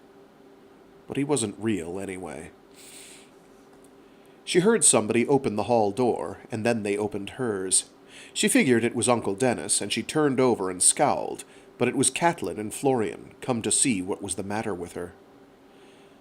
Sir Dennis wants you, Florian said in a hushed voice. Tell him go to hell. Florian looked distressed, but he would go do that, and he would get in a lot of trouble for her. She knew he would. Yes, sirrah. No, she said, and wiped her eyes and got up. I will. She wiped her eyes again and walked past him and Catelyn and went out to the living room. It was a mistake to walk out on Uncle Dennis. When she did that, she let him work her, and now she was having to walk back into the living room he owned and be nice. Stupid, stupid, she told herself, and unraveled her mad and got a nicer expression on her face when she went to Uncle Dennis. Dennis was in the dining room having his coffee, and he pretended not to notice her for a second. That was working, too. Again, capital W. I'm sorry, Uncle Dennis. He looked at her then, took a quick sip of coffee, and said, I did have a surprise planned for you today, he said. Do you want some more orange juice? She moped over to the chair and climbed into it, hugging her cast with her good hand. Florian and Catelyn, too, she said. Seely, Uncle Dennis said.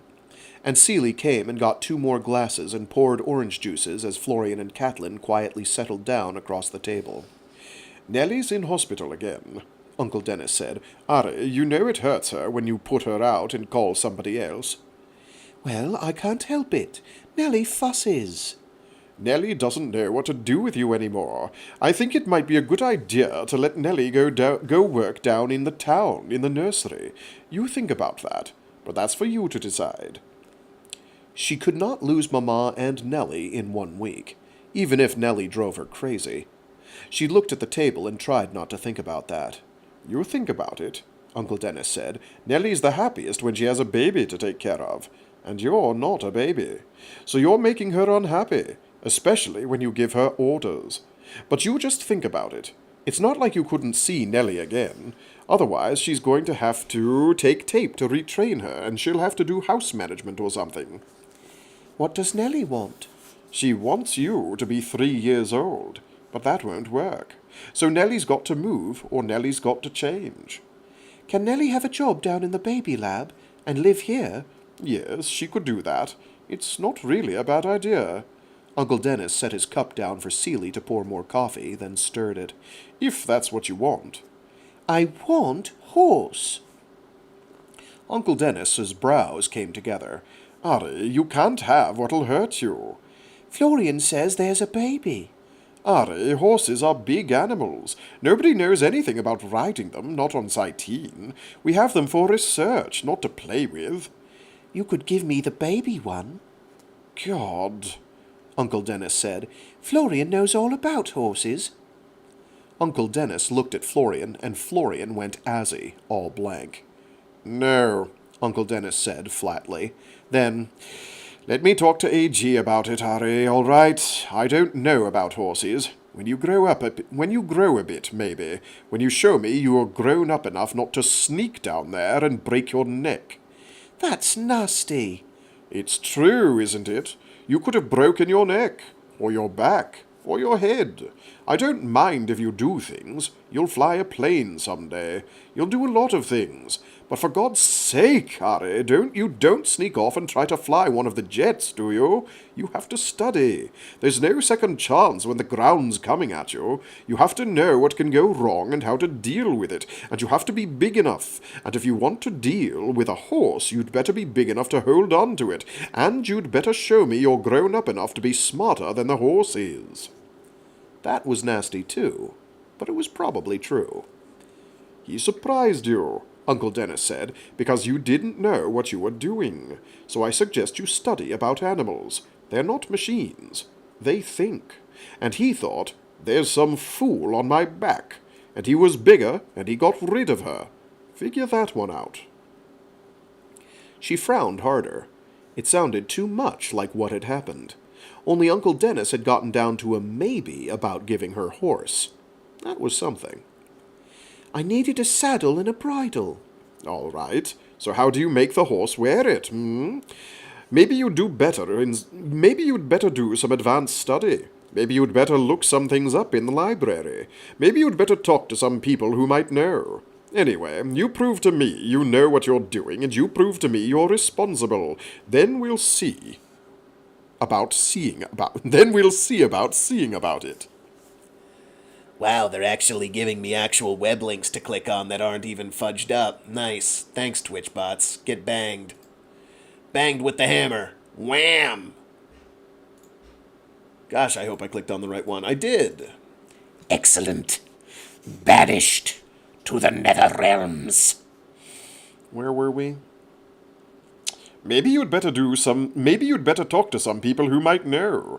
Anyway, you prove to me that you know what you're doing, and you prove to me you're responsible. Then we'll see about seeing about it. That was halfway, anyway. For about 2 seconds she had forgotten how much she hurt, which threw her off for a moment when it all came back again, and she thought about how she had been when Mama went away to Fargon, and how she got over that. It was awful to get over Mama dying, but that was starting to happen. She felt it start. Like things were trying to go back the way they were, and Uncle Dennis was getting short with her, and she was going to have to go back to classes, and everything was going to be the way it was again. She felt sad about feeling better, which was stupid. She wished she could have told Mama about Horse. And then she still wasn't sure if Mama had ever gotten her letters at all, no matter what they said, or if Ollie had. Thinking that made her throat swell up and the tears start, and she scrambled down from the table, ran for her hall, and shut the door. Then she stood there by Florian and Catelyn's room and cried and pounded her fist on the wall and kicked it, and went in their room and got some tissue to wipe her eyes and blow her nose. They came in, and just stood there. "I'm all right," she said, which probably confused hell out of them, Mama would say. Ari? She heard Uncle Dennis calling from the other room. The door was open. Ari? She had given Uncle Dennis a hard morning.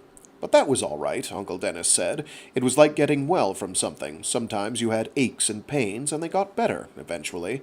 He wasn't mad at her. "I've talked to AG," Uncle Dennis said at lunch. "As soon as they can schedule a tank, they're going to do a run for you." You mean a horse? You mean a horse? Don't talk with your mouth full. Manners. She swallowed fast.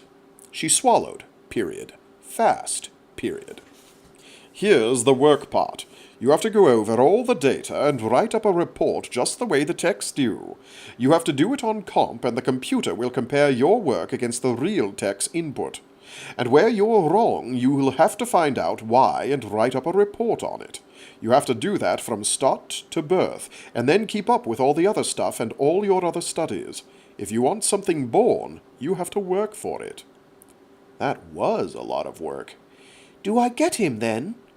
Her, actually. We need another female anyway. 2 males tend to fight. Some animals are like that. We're going to do another just like the one we have, instead of a new type, so we won't risk losing her. But if you don't keep up the work, you don't get the horse at all, because you won't have earned her. Understood? Yes, sir, she said, not with her mouth full. Horses grew up fast. She remembered that. Real fast. Like all herd animals. A year, maybe?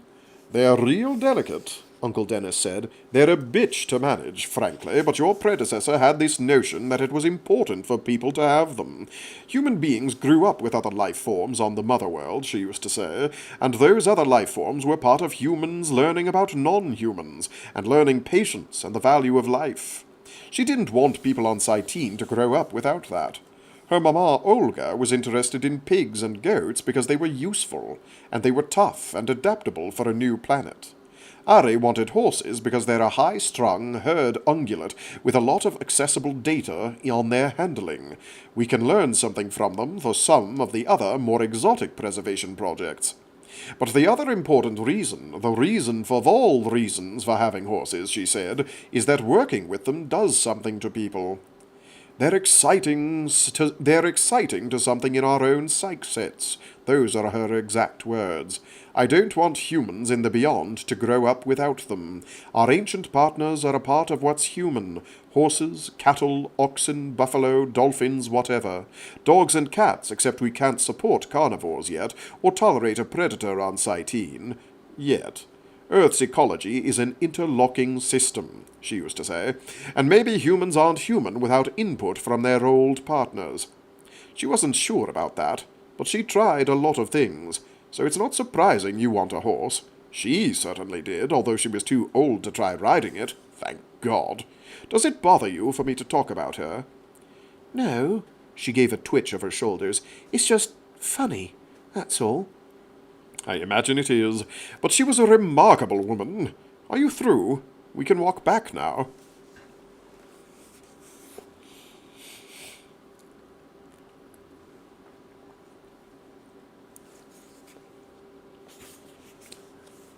"11.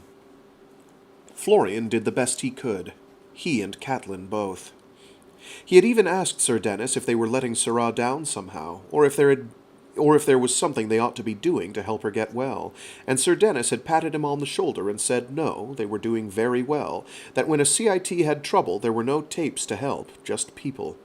That if they were strong enough to take the stress of Syrah's upset without needing Syrah's help, that was the best thing, because that was what CITs would do for her.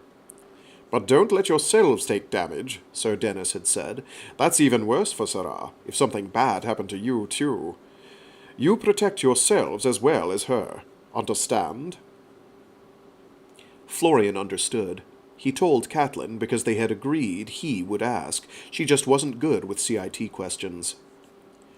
We're doing right, he had said to her. Syrah's doing all right. We're doing what we're supposed to be doing. Sir Dennis is happy with us. I'm not, Catelyn said, which summed it up. Catelyn was hurting worse than he was, he thought, because Catelyn was mad about Syrah being hurt, and Catelyn couldn't figure out who was responsible, or whether people were doing enough to help Syrah. They were both relieved when Syrah had said she had an idea and a job for them to do. And when Syrah started back to classes and things started getting back to normal, they had classes then, down in the town. Sir Dennis said they should, and Syrah agreed. Meet me after class, she said. So they did. And Syrah walked with them out to the fish pond and fed the fish and said, We have to wait until a rainy day. That's next Thursday. I looked. On the charts that showed when the weather makers were going to try to make it rain, that meant. Usually the charts were good when they were down to a few days, and Syrah told them what they had to do. Catelyn was happy then. It was an operation, and it was a real one. Florian just hoped Syrah was not going to get herself into trouble. Skipping study was easy. Syrah just sent a request down to Green Barracks and said they couldn't come. Then they worked out a way to get to C Tunnel without going through the main residency hall, which meant going down the maintenance corridors. That was easy, too. So Syrah told them what she wanted, and they all set up the operation, with a lot of variations. But the one that they were going to use, Syrah thought of herself,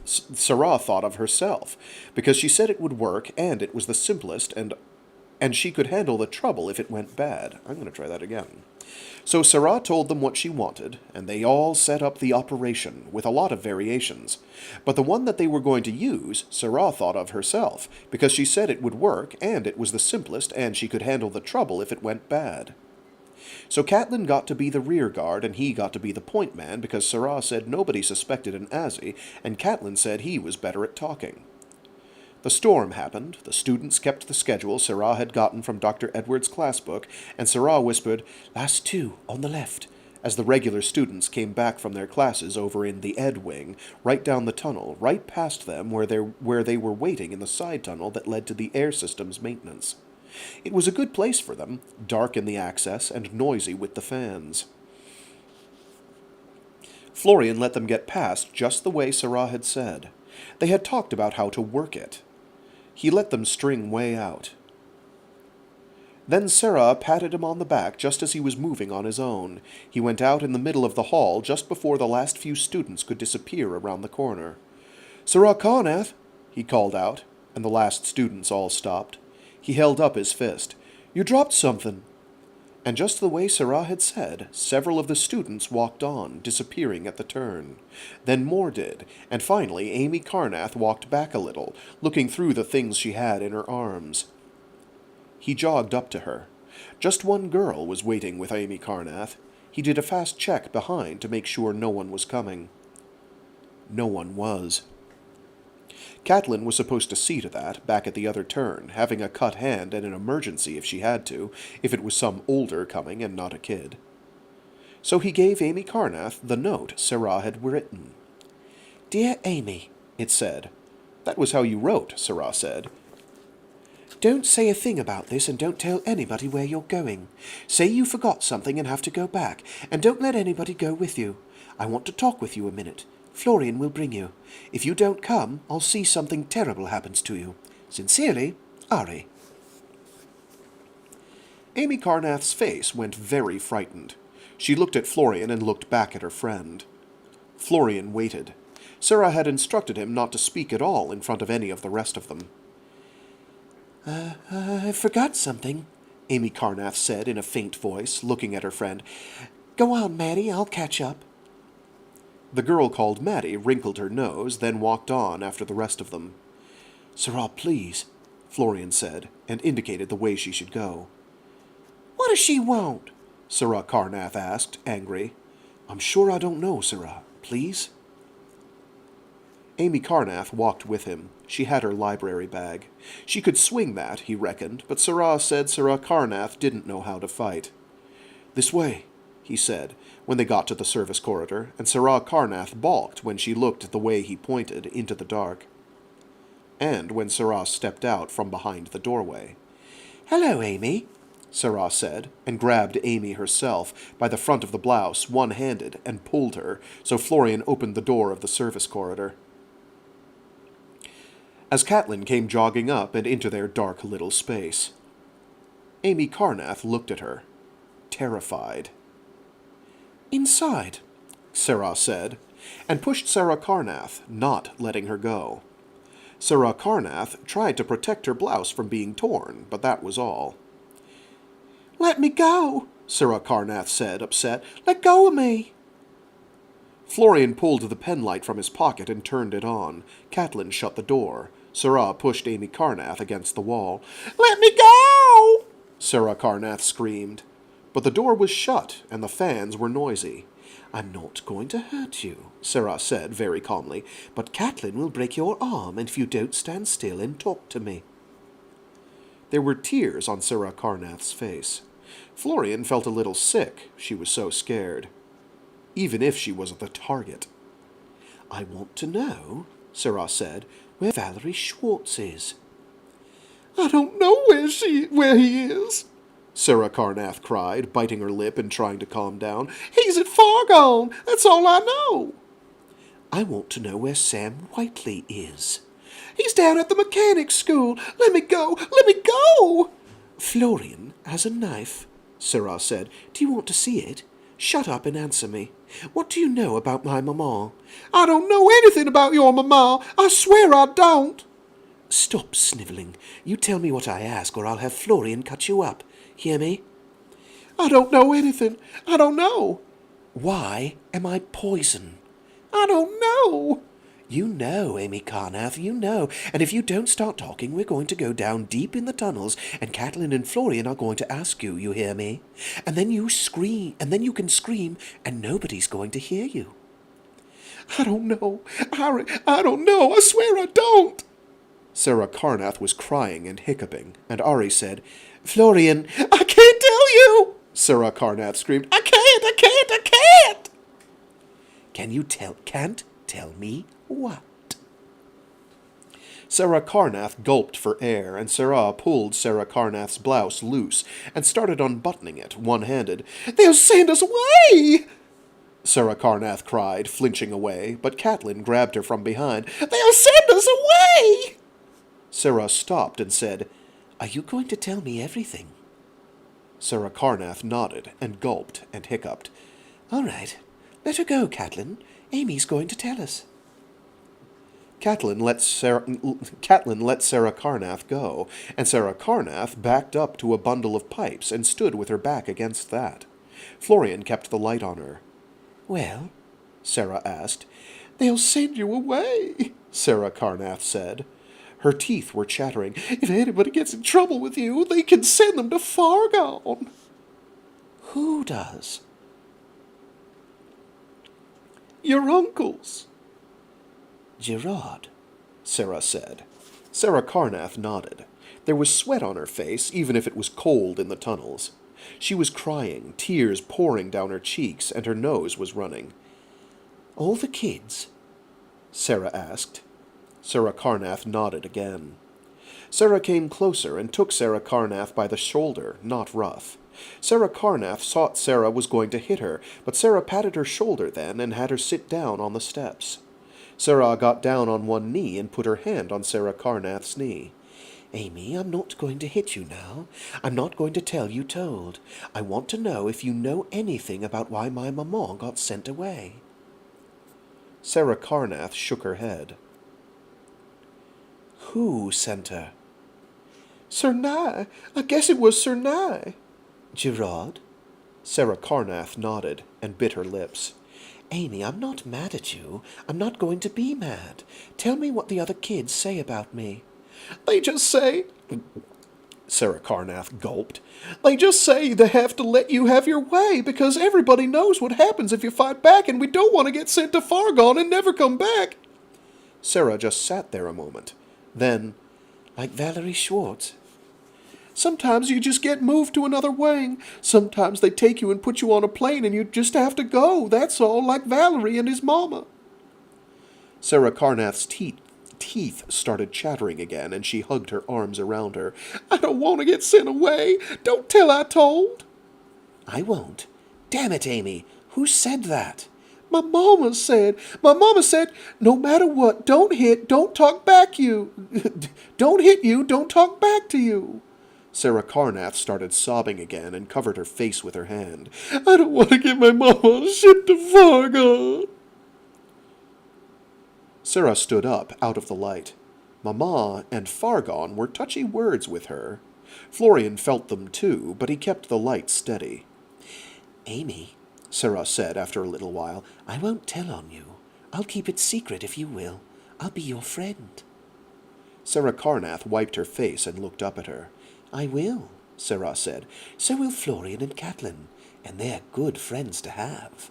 All you have to do is be friends with us. Sarah Carnath wiped her nose and buttoned her blouse. It's the truth, isn't it, Catelyn? Whatever Sarah says, Catelyn said, that's the rule. Sarah got down beside Sarah Carnath on the steps, her casted arm in her lap. If I was your friend, Sarah said, I'd stand up for you. We'd be real smart and not tell people we were friends. We'd just be zero. Not good, not bad. So you'd be safe. Same with the other kids. I didn't know what they were doing. I don't want them to do that. I can get a lot out of my Uncle Dennis, and Dennis can get things out of Uncle Giraud. So I'm a pretty good friend to have. I don't want to be enemies, Sarah Carnath said. Can you be my friend? Sarah Carnath bit her lip and nodded, and took Sarah's left hand when Sarah reached it over. They shook, like CITs when they agreed. Florian stood easier then, and was terribly glad they didn't have to hurt Sarah Carnath. She didn't seem like an enemy. When Sarah Carnath got herself back together and stopped hiccuping, she talked to Sarah very calm, very quiet, and didn't sound at all stupid. Catelyn stopped being disgusted with her and hunkered down when Sarah said, and rested her arms on her knees. So did Florian. We shouldn't be friends right off, Sarah Carnath said. The other kids wouldn't trust me. They're scared. As if Sarah Carnath hadn't been. We get them one at a time, Sarah said.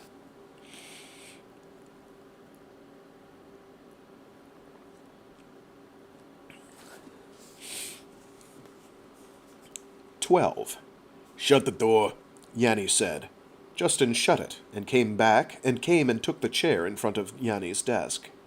Not his problem this time, Yanni's. The projects. It was in those papers on Yanni's desk, the reports and tests that he had not scanned and run on the office computer, but on a portable with retent storage. He had not signed his write-up. Yanni He had not signed his write-up. Yanni knew whose it was. That was enough. I've read it, Yanni said. What does Grant say, by the by? Justin bit his lip and considered a shrug and no comment. Yanni still made his nerves twitch, but it was foolish, he told himself. Old business, raw nerves. We talked about it. Grant protests it's a CIT question, but he says the man doesn't sound like he's handling it well at all.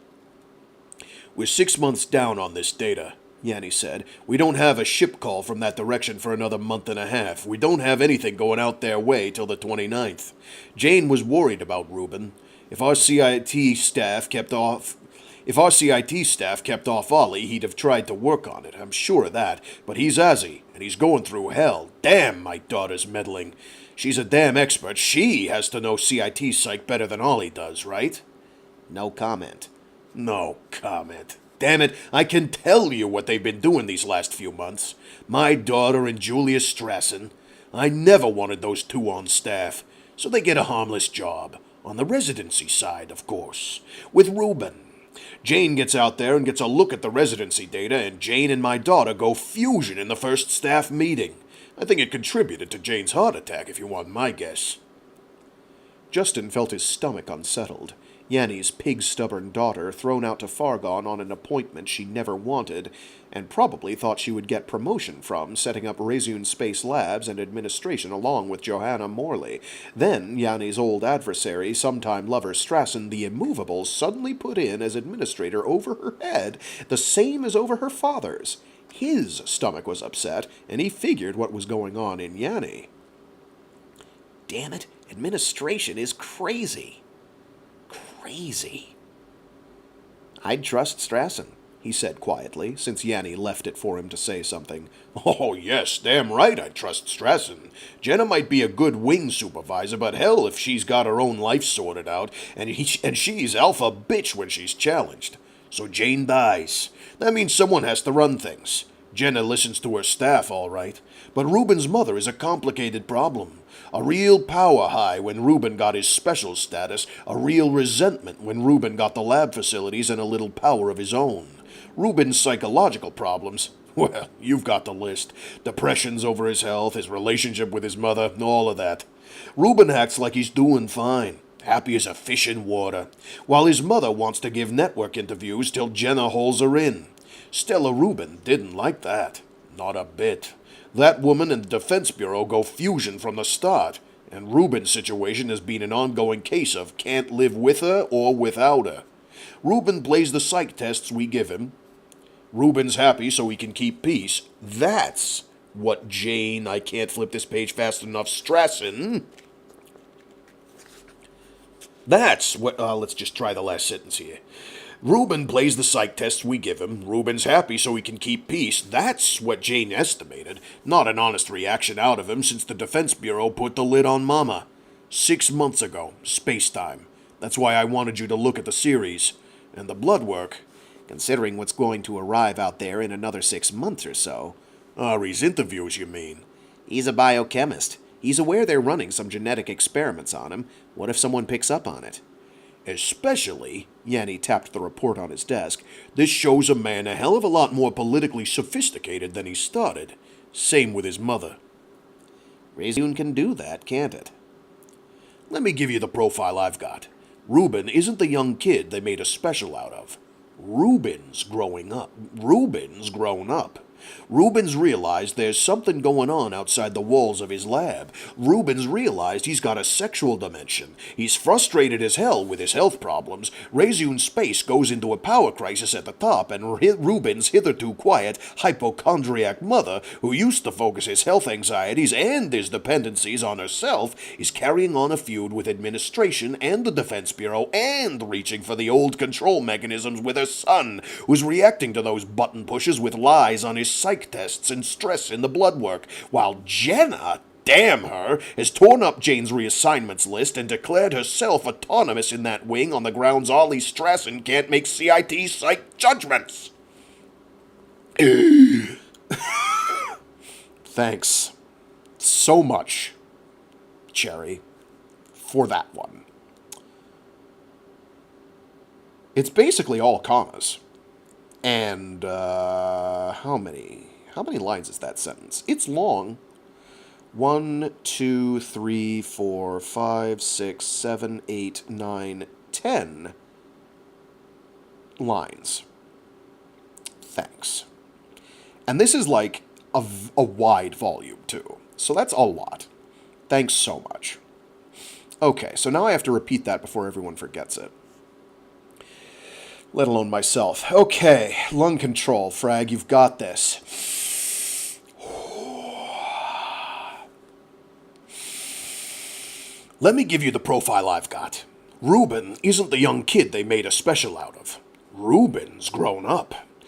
Ruben's realized there's something going on outside the walls of his lab. Ruben's realized he's got a sexual dimension. He's frustrated as hell with his health problems. Reseune space goes into a power crisis at the top, and Ruben's hitherto quiet hypochondriac mother, who used to focus his health anxieties and his dependencies on herself, is carrying on a feud with administration and the Defense Bureau, and reaching for the old control mechanisms with her son, who's reacting to those button pushes with lies on his psych tests and stress in the blood work, while Jenna, damn her, has torn up Jane's reassignments list and declared herself autonomous in that wing on the grounds Ollie Strassen can't make CIT psych judgments. Damn, Justin murmured, gut reaction, and wished he hadn't. But Yanni was being very quiet. Deadly quiet. I'm firing her, needless to say. Yanni said. I'm firing her right out of Reseune projects and recalling her under security silence. 6 months from now, when the order gets there. I'm telling you, son, so you'll understand I'm a little personally bothered about this. What in hell am I in here for? He knew this. It didn't take me to see it. What's he doing? You have some insights, Yanni said, that are a little different. That come out of your own peculiar slant on designs, crazed as that is. I talked your suggestions over with committee, and things being what they were, I told Dennis what my source was. Damn it, Yanni, you happen to agree with him, son, and Dennis has the say where it concerns Ari's programs. Giraud was his usual argumentative self, but I had a long, quiet talk with Dennis about you, about your projects, about the whole ongoing situation. I'll tell you what you're seeing here at Reseune. You're seeing a system that's stressed to its limits and putting second-tier administrative personnel like my daughter in positions of considerable responsibility, because they don't have anyone more qualified, because, God help us, the next choice down is worse. Reseune is stretched too thin, and Defense has their project blowing up in their faces. If Jane had lived 6 months longer, even 2 weeks longer, if Ollie could have leaned on Jenna and told her to go to hell, but he can't, because the damn regulations don't let him have unquestioned power over a CIT program, and he can't fire Jenna. He's got a final tape. He can get CIT status, but Jenna's reinstated herself over his head with the help of other staff, and Julia Strassen declaring she's Jane's executor. So Jenna and Julia are the ones who have to sign all these CIT papers. Isn't that brilliant on our part? Jenna's going to pay for it. Now Ollie's got his status from this end. But that won't get there for some few months either, and he doesn't know it. Yanni waved his hand, shook his head. Hell, it's a mess. It's a mess out there, and I'm going to ask you something, son. What? I want you to keep running checks on the Ruben data as it comes in whatever time frame. Our surrogate with the Ruben clone is Allie Morley, but I want you to work some of your reward loops into CIT Psych. You mean you're thinking of an intervention? On which one of them? It's the structures we want to look at. It's the feedback between job and reward. Gustav Morley's working on the problem. You don't know CIT Psych that well. That's always been one of your problems. No.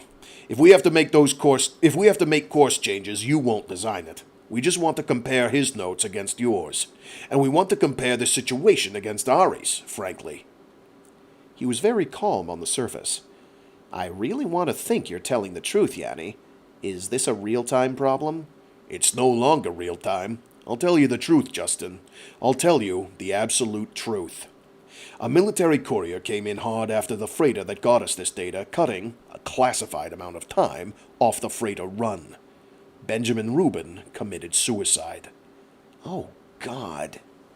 Yanni just stared at him. A Yanni looking older, tired, emotionally wrung out. If we didn't have the public success with Ari right now, Yanni said, we'd lose Reseune. We'd lose it. We're income negative right now. We're using Defense Bureau funds and we're understaffed as hell. You understand now, I think. We were getting those stress indicators on Rubin before the Discovery Bill came up, before Ari's little prank in the town. We knew then that there was trouble on the project.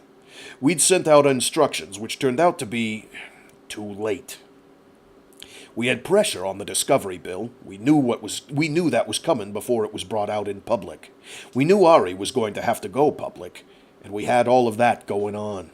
You may not forgive Giraud's reaction, but you might find it useful to know what was happening off in the shadows. Right now, administration is looking at you in a whole new light. I haven't got any animosity toward a 9-year-old kid, for God's sake. I've proved that. I've answered it under probe. Calm down. That's not what I'm saying. We've got a kid out at Fraggoth who's the psychological replicate of a suicide. We've got decisions to make. One possibility is handing him to Stella Rubin. In the theory, she's the ultimate surrogate for the clone. But Stella Rubin has problems. Problems of the first order. Leave him with Morley. But where's the glitch-up that led to this? With Jenna? Or earlier, with the basic mindset of a mother-smothered baby with a health problem? We need some answers. There's time. It's not even your problem. It's Gustav Morley's and Allie's. There's just content in your work that interests Dennis, frankly, and interests me. I think you see how. Motivational psych. Relating to Emory's work. There's a reason she wanted you. I'm prepared to believe that. Jordan's being handed the Rubin data too. When you say you've got some clear thought on it, I'm sending you out to Planis for a week or so. Grant. You. Grant will be all right here, my word on it. Absolutely no one is going to lay a hand on him. We just don't need complications. Defense is going to be damned nervous about Reseune. We've got some careful navigation to do. I'm telling you, son, administration is watching you very, very closely. You've been immaculate. If you and Jordan can get through the next few years, there's some chance of getting a much, much better situation. But if this situation blows up, if anything goes wrong with Ari, I don't make any bets. For any of us. Damn it, doesn't anybody care about that kid? We care. You can answer this one for yourself. Right now, Reseune is in a major financial mess and Defense is keeping us alive. What happens to her, if Defense moves in on this, if this project ends up under that bureau instead of science? Under that bureau instead of science, what happens to any of us? What happens to the direction of all of Union? Oh, what happens to the direction all of Union will take after that? Changes, that much is certain. Imbalance in the whole system of priorities we've run on. I'm no politician. I hate politics. But, damn, son, I can see the pit ahead of us. I see it quite clearly, but it's not ahead of us, Yanni. I live in it. So does Jordan. Yanni said nothing for a moment. Then, stay alive, son. You and Grant. Be damn careful. Are you telling me something? Make it plain. I'm just saying we've lost something we couldn't afford to lose. We. Everybody, damn it. So much is so damn fragile. I feel like I've just lost a kid. Yanni's chin shook. For a moment, everything was wide open, and Justin felt it all the way to his gut. Then, "Get," Yanni said in his ordinary voice. "I got work to do."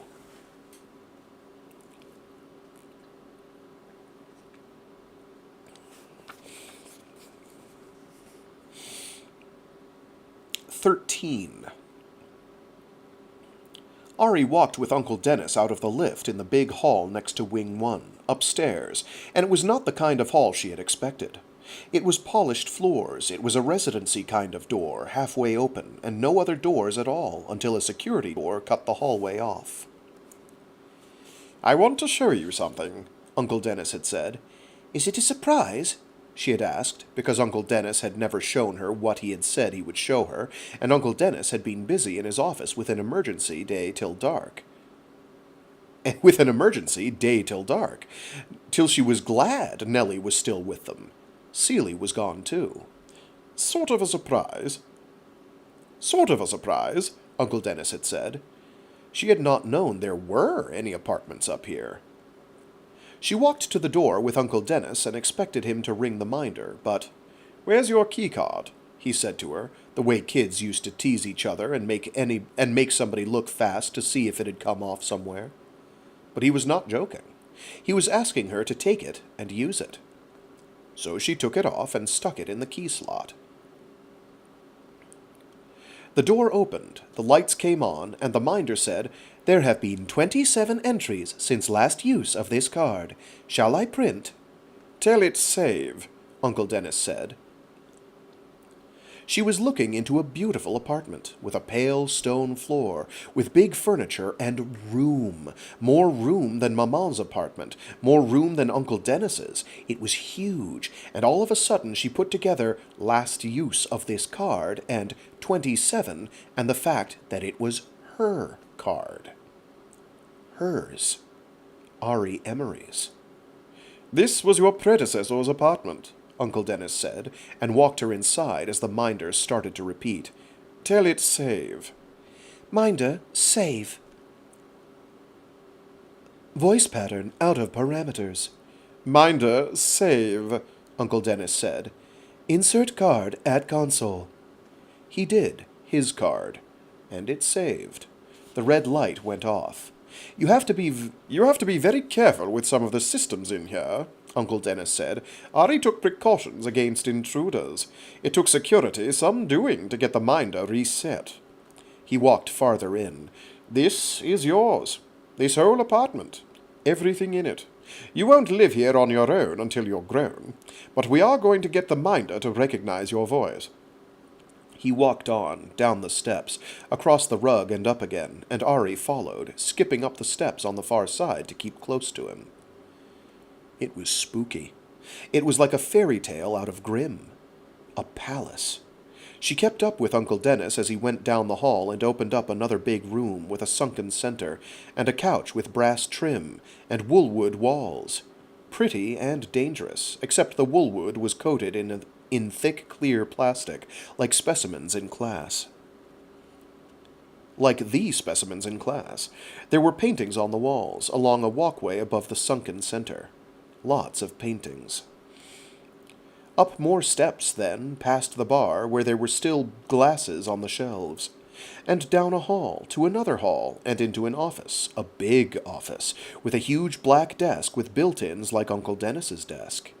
"This was Ari's office." Uncle Dennis pushed a button, and a terminal came up on the desk. "You always have a base terminal. It's how the house computer system works. And this one is quite protective.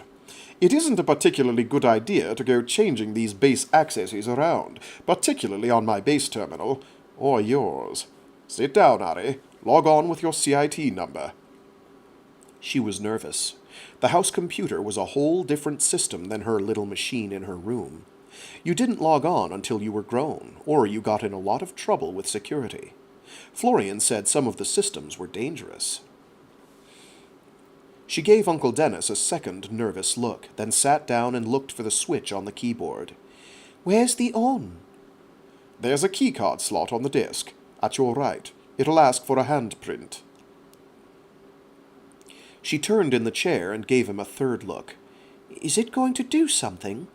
"It's just going to do a security routine. It won't gas the apartment or anything. Just do it." She did. The handprint screen lit up. She put her hand on it. "Name," the minder said. "Ariane Emory," she told it. The red light on the terminal went on and stayed on. The monitor didn't come up from the console. What's it doing? Checking the date, he said. Checking all the house records. It's finding out that you've been born and how old you are, since it's found similarities in that handprint and probably in your voice print, but it knows it's not the original owner. It's checking archives for all the Ari handprints and voice prints it has. It's going to take a minute. It wasn't like the ordinary turn-on. She had seen Uncle Dennis do that, just talking to his computer through the minder. She looked at this one working, the red light still going, and looked at Dennis again. Who wrote this? Good question. Ari would have liked that. Ari would have asked that. The fact is, Ari did. She knew you'd exist someday. She keyed a lot of things to you, things that are very, very important. When the prompt comes up, Ari, I want you to do something for me. What? Tell it COP space D/TR, B1, E/IN. Take program default to write files. What's B1? What's IN? Base 1. This is base 1. Echo to install. That means screen and minder output into the readable files. If I thought we could get away with it, I'd ask it IN/P and see if we could snag the program out, but you don't take chances with this base. There. The screen unfolded from the desktop and lit up. Hello, Ari. Spooky again. She typed COP D/TR, B1, E/IN. Confirmed. Hello, Ari.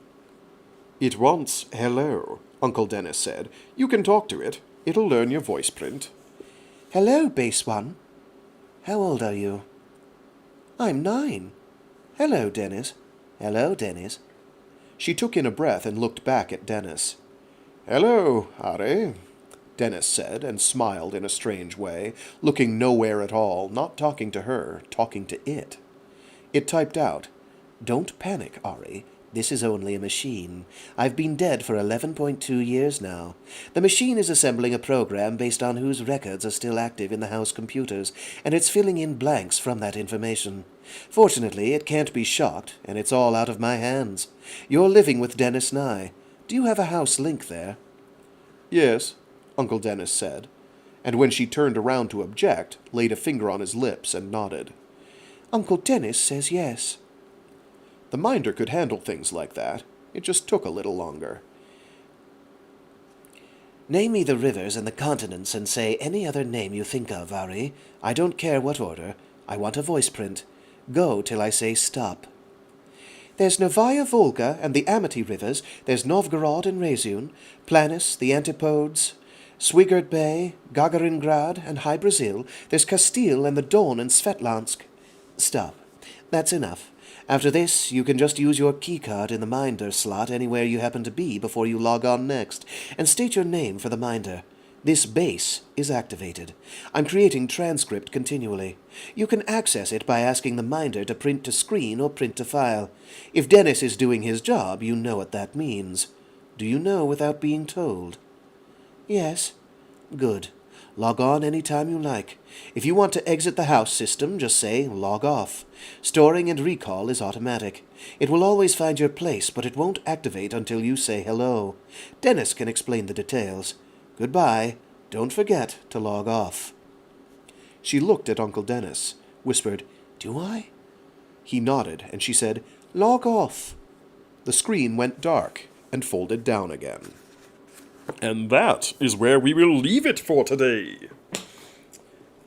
Actually, for this week, probably. I'm not quite sure when my next day will be. I will post it as soon as I know in the Discord, as ever.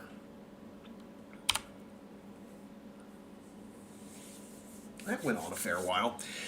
I don't know, I got to the halfway point and was like, oh, let's just do it. Let's just do it. I have too much fun reading this book. I enjoy this book too thoroughly.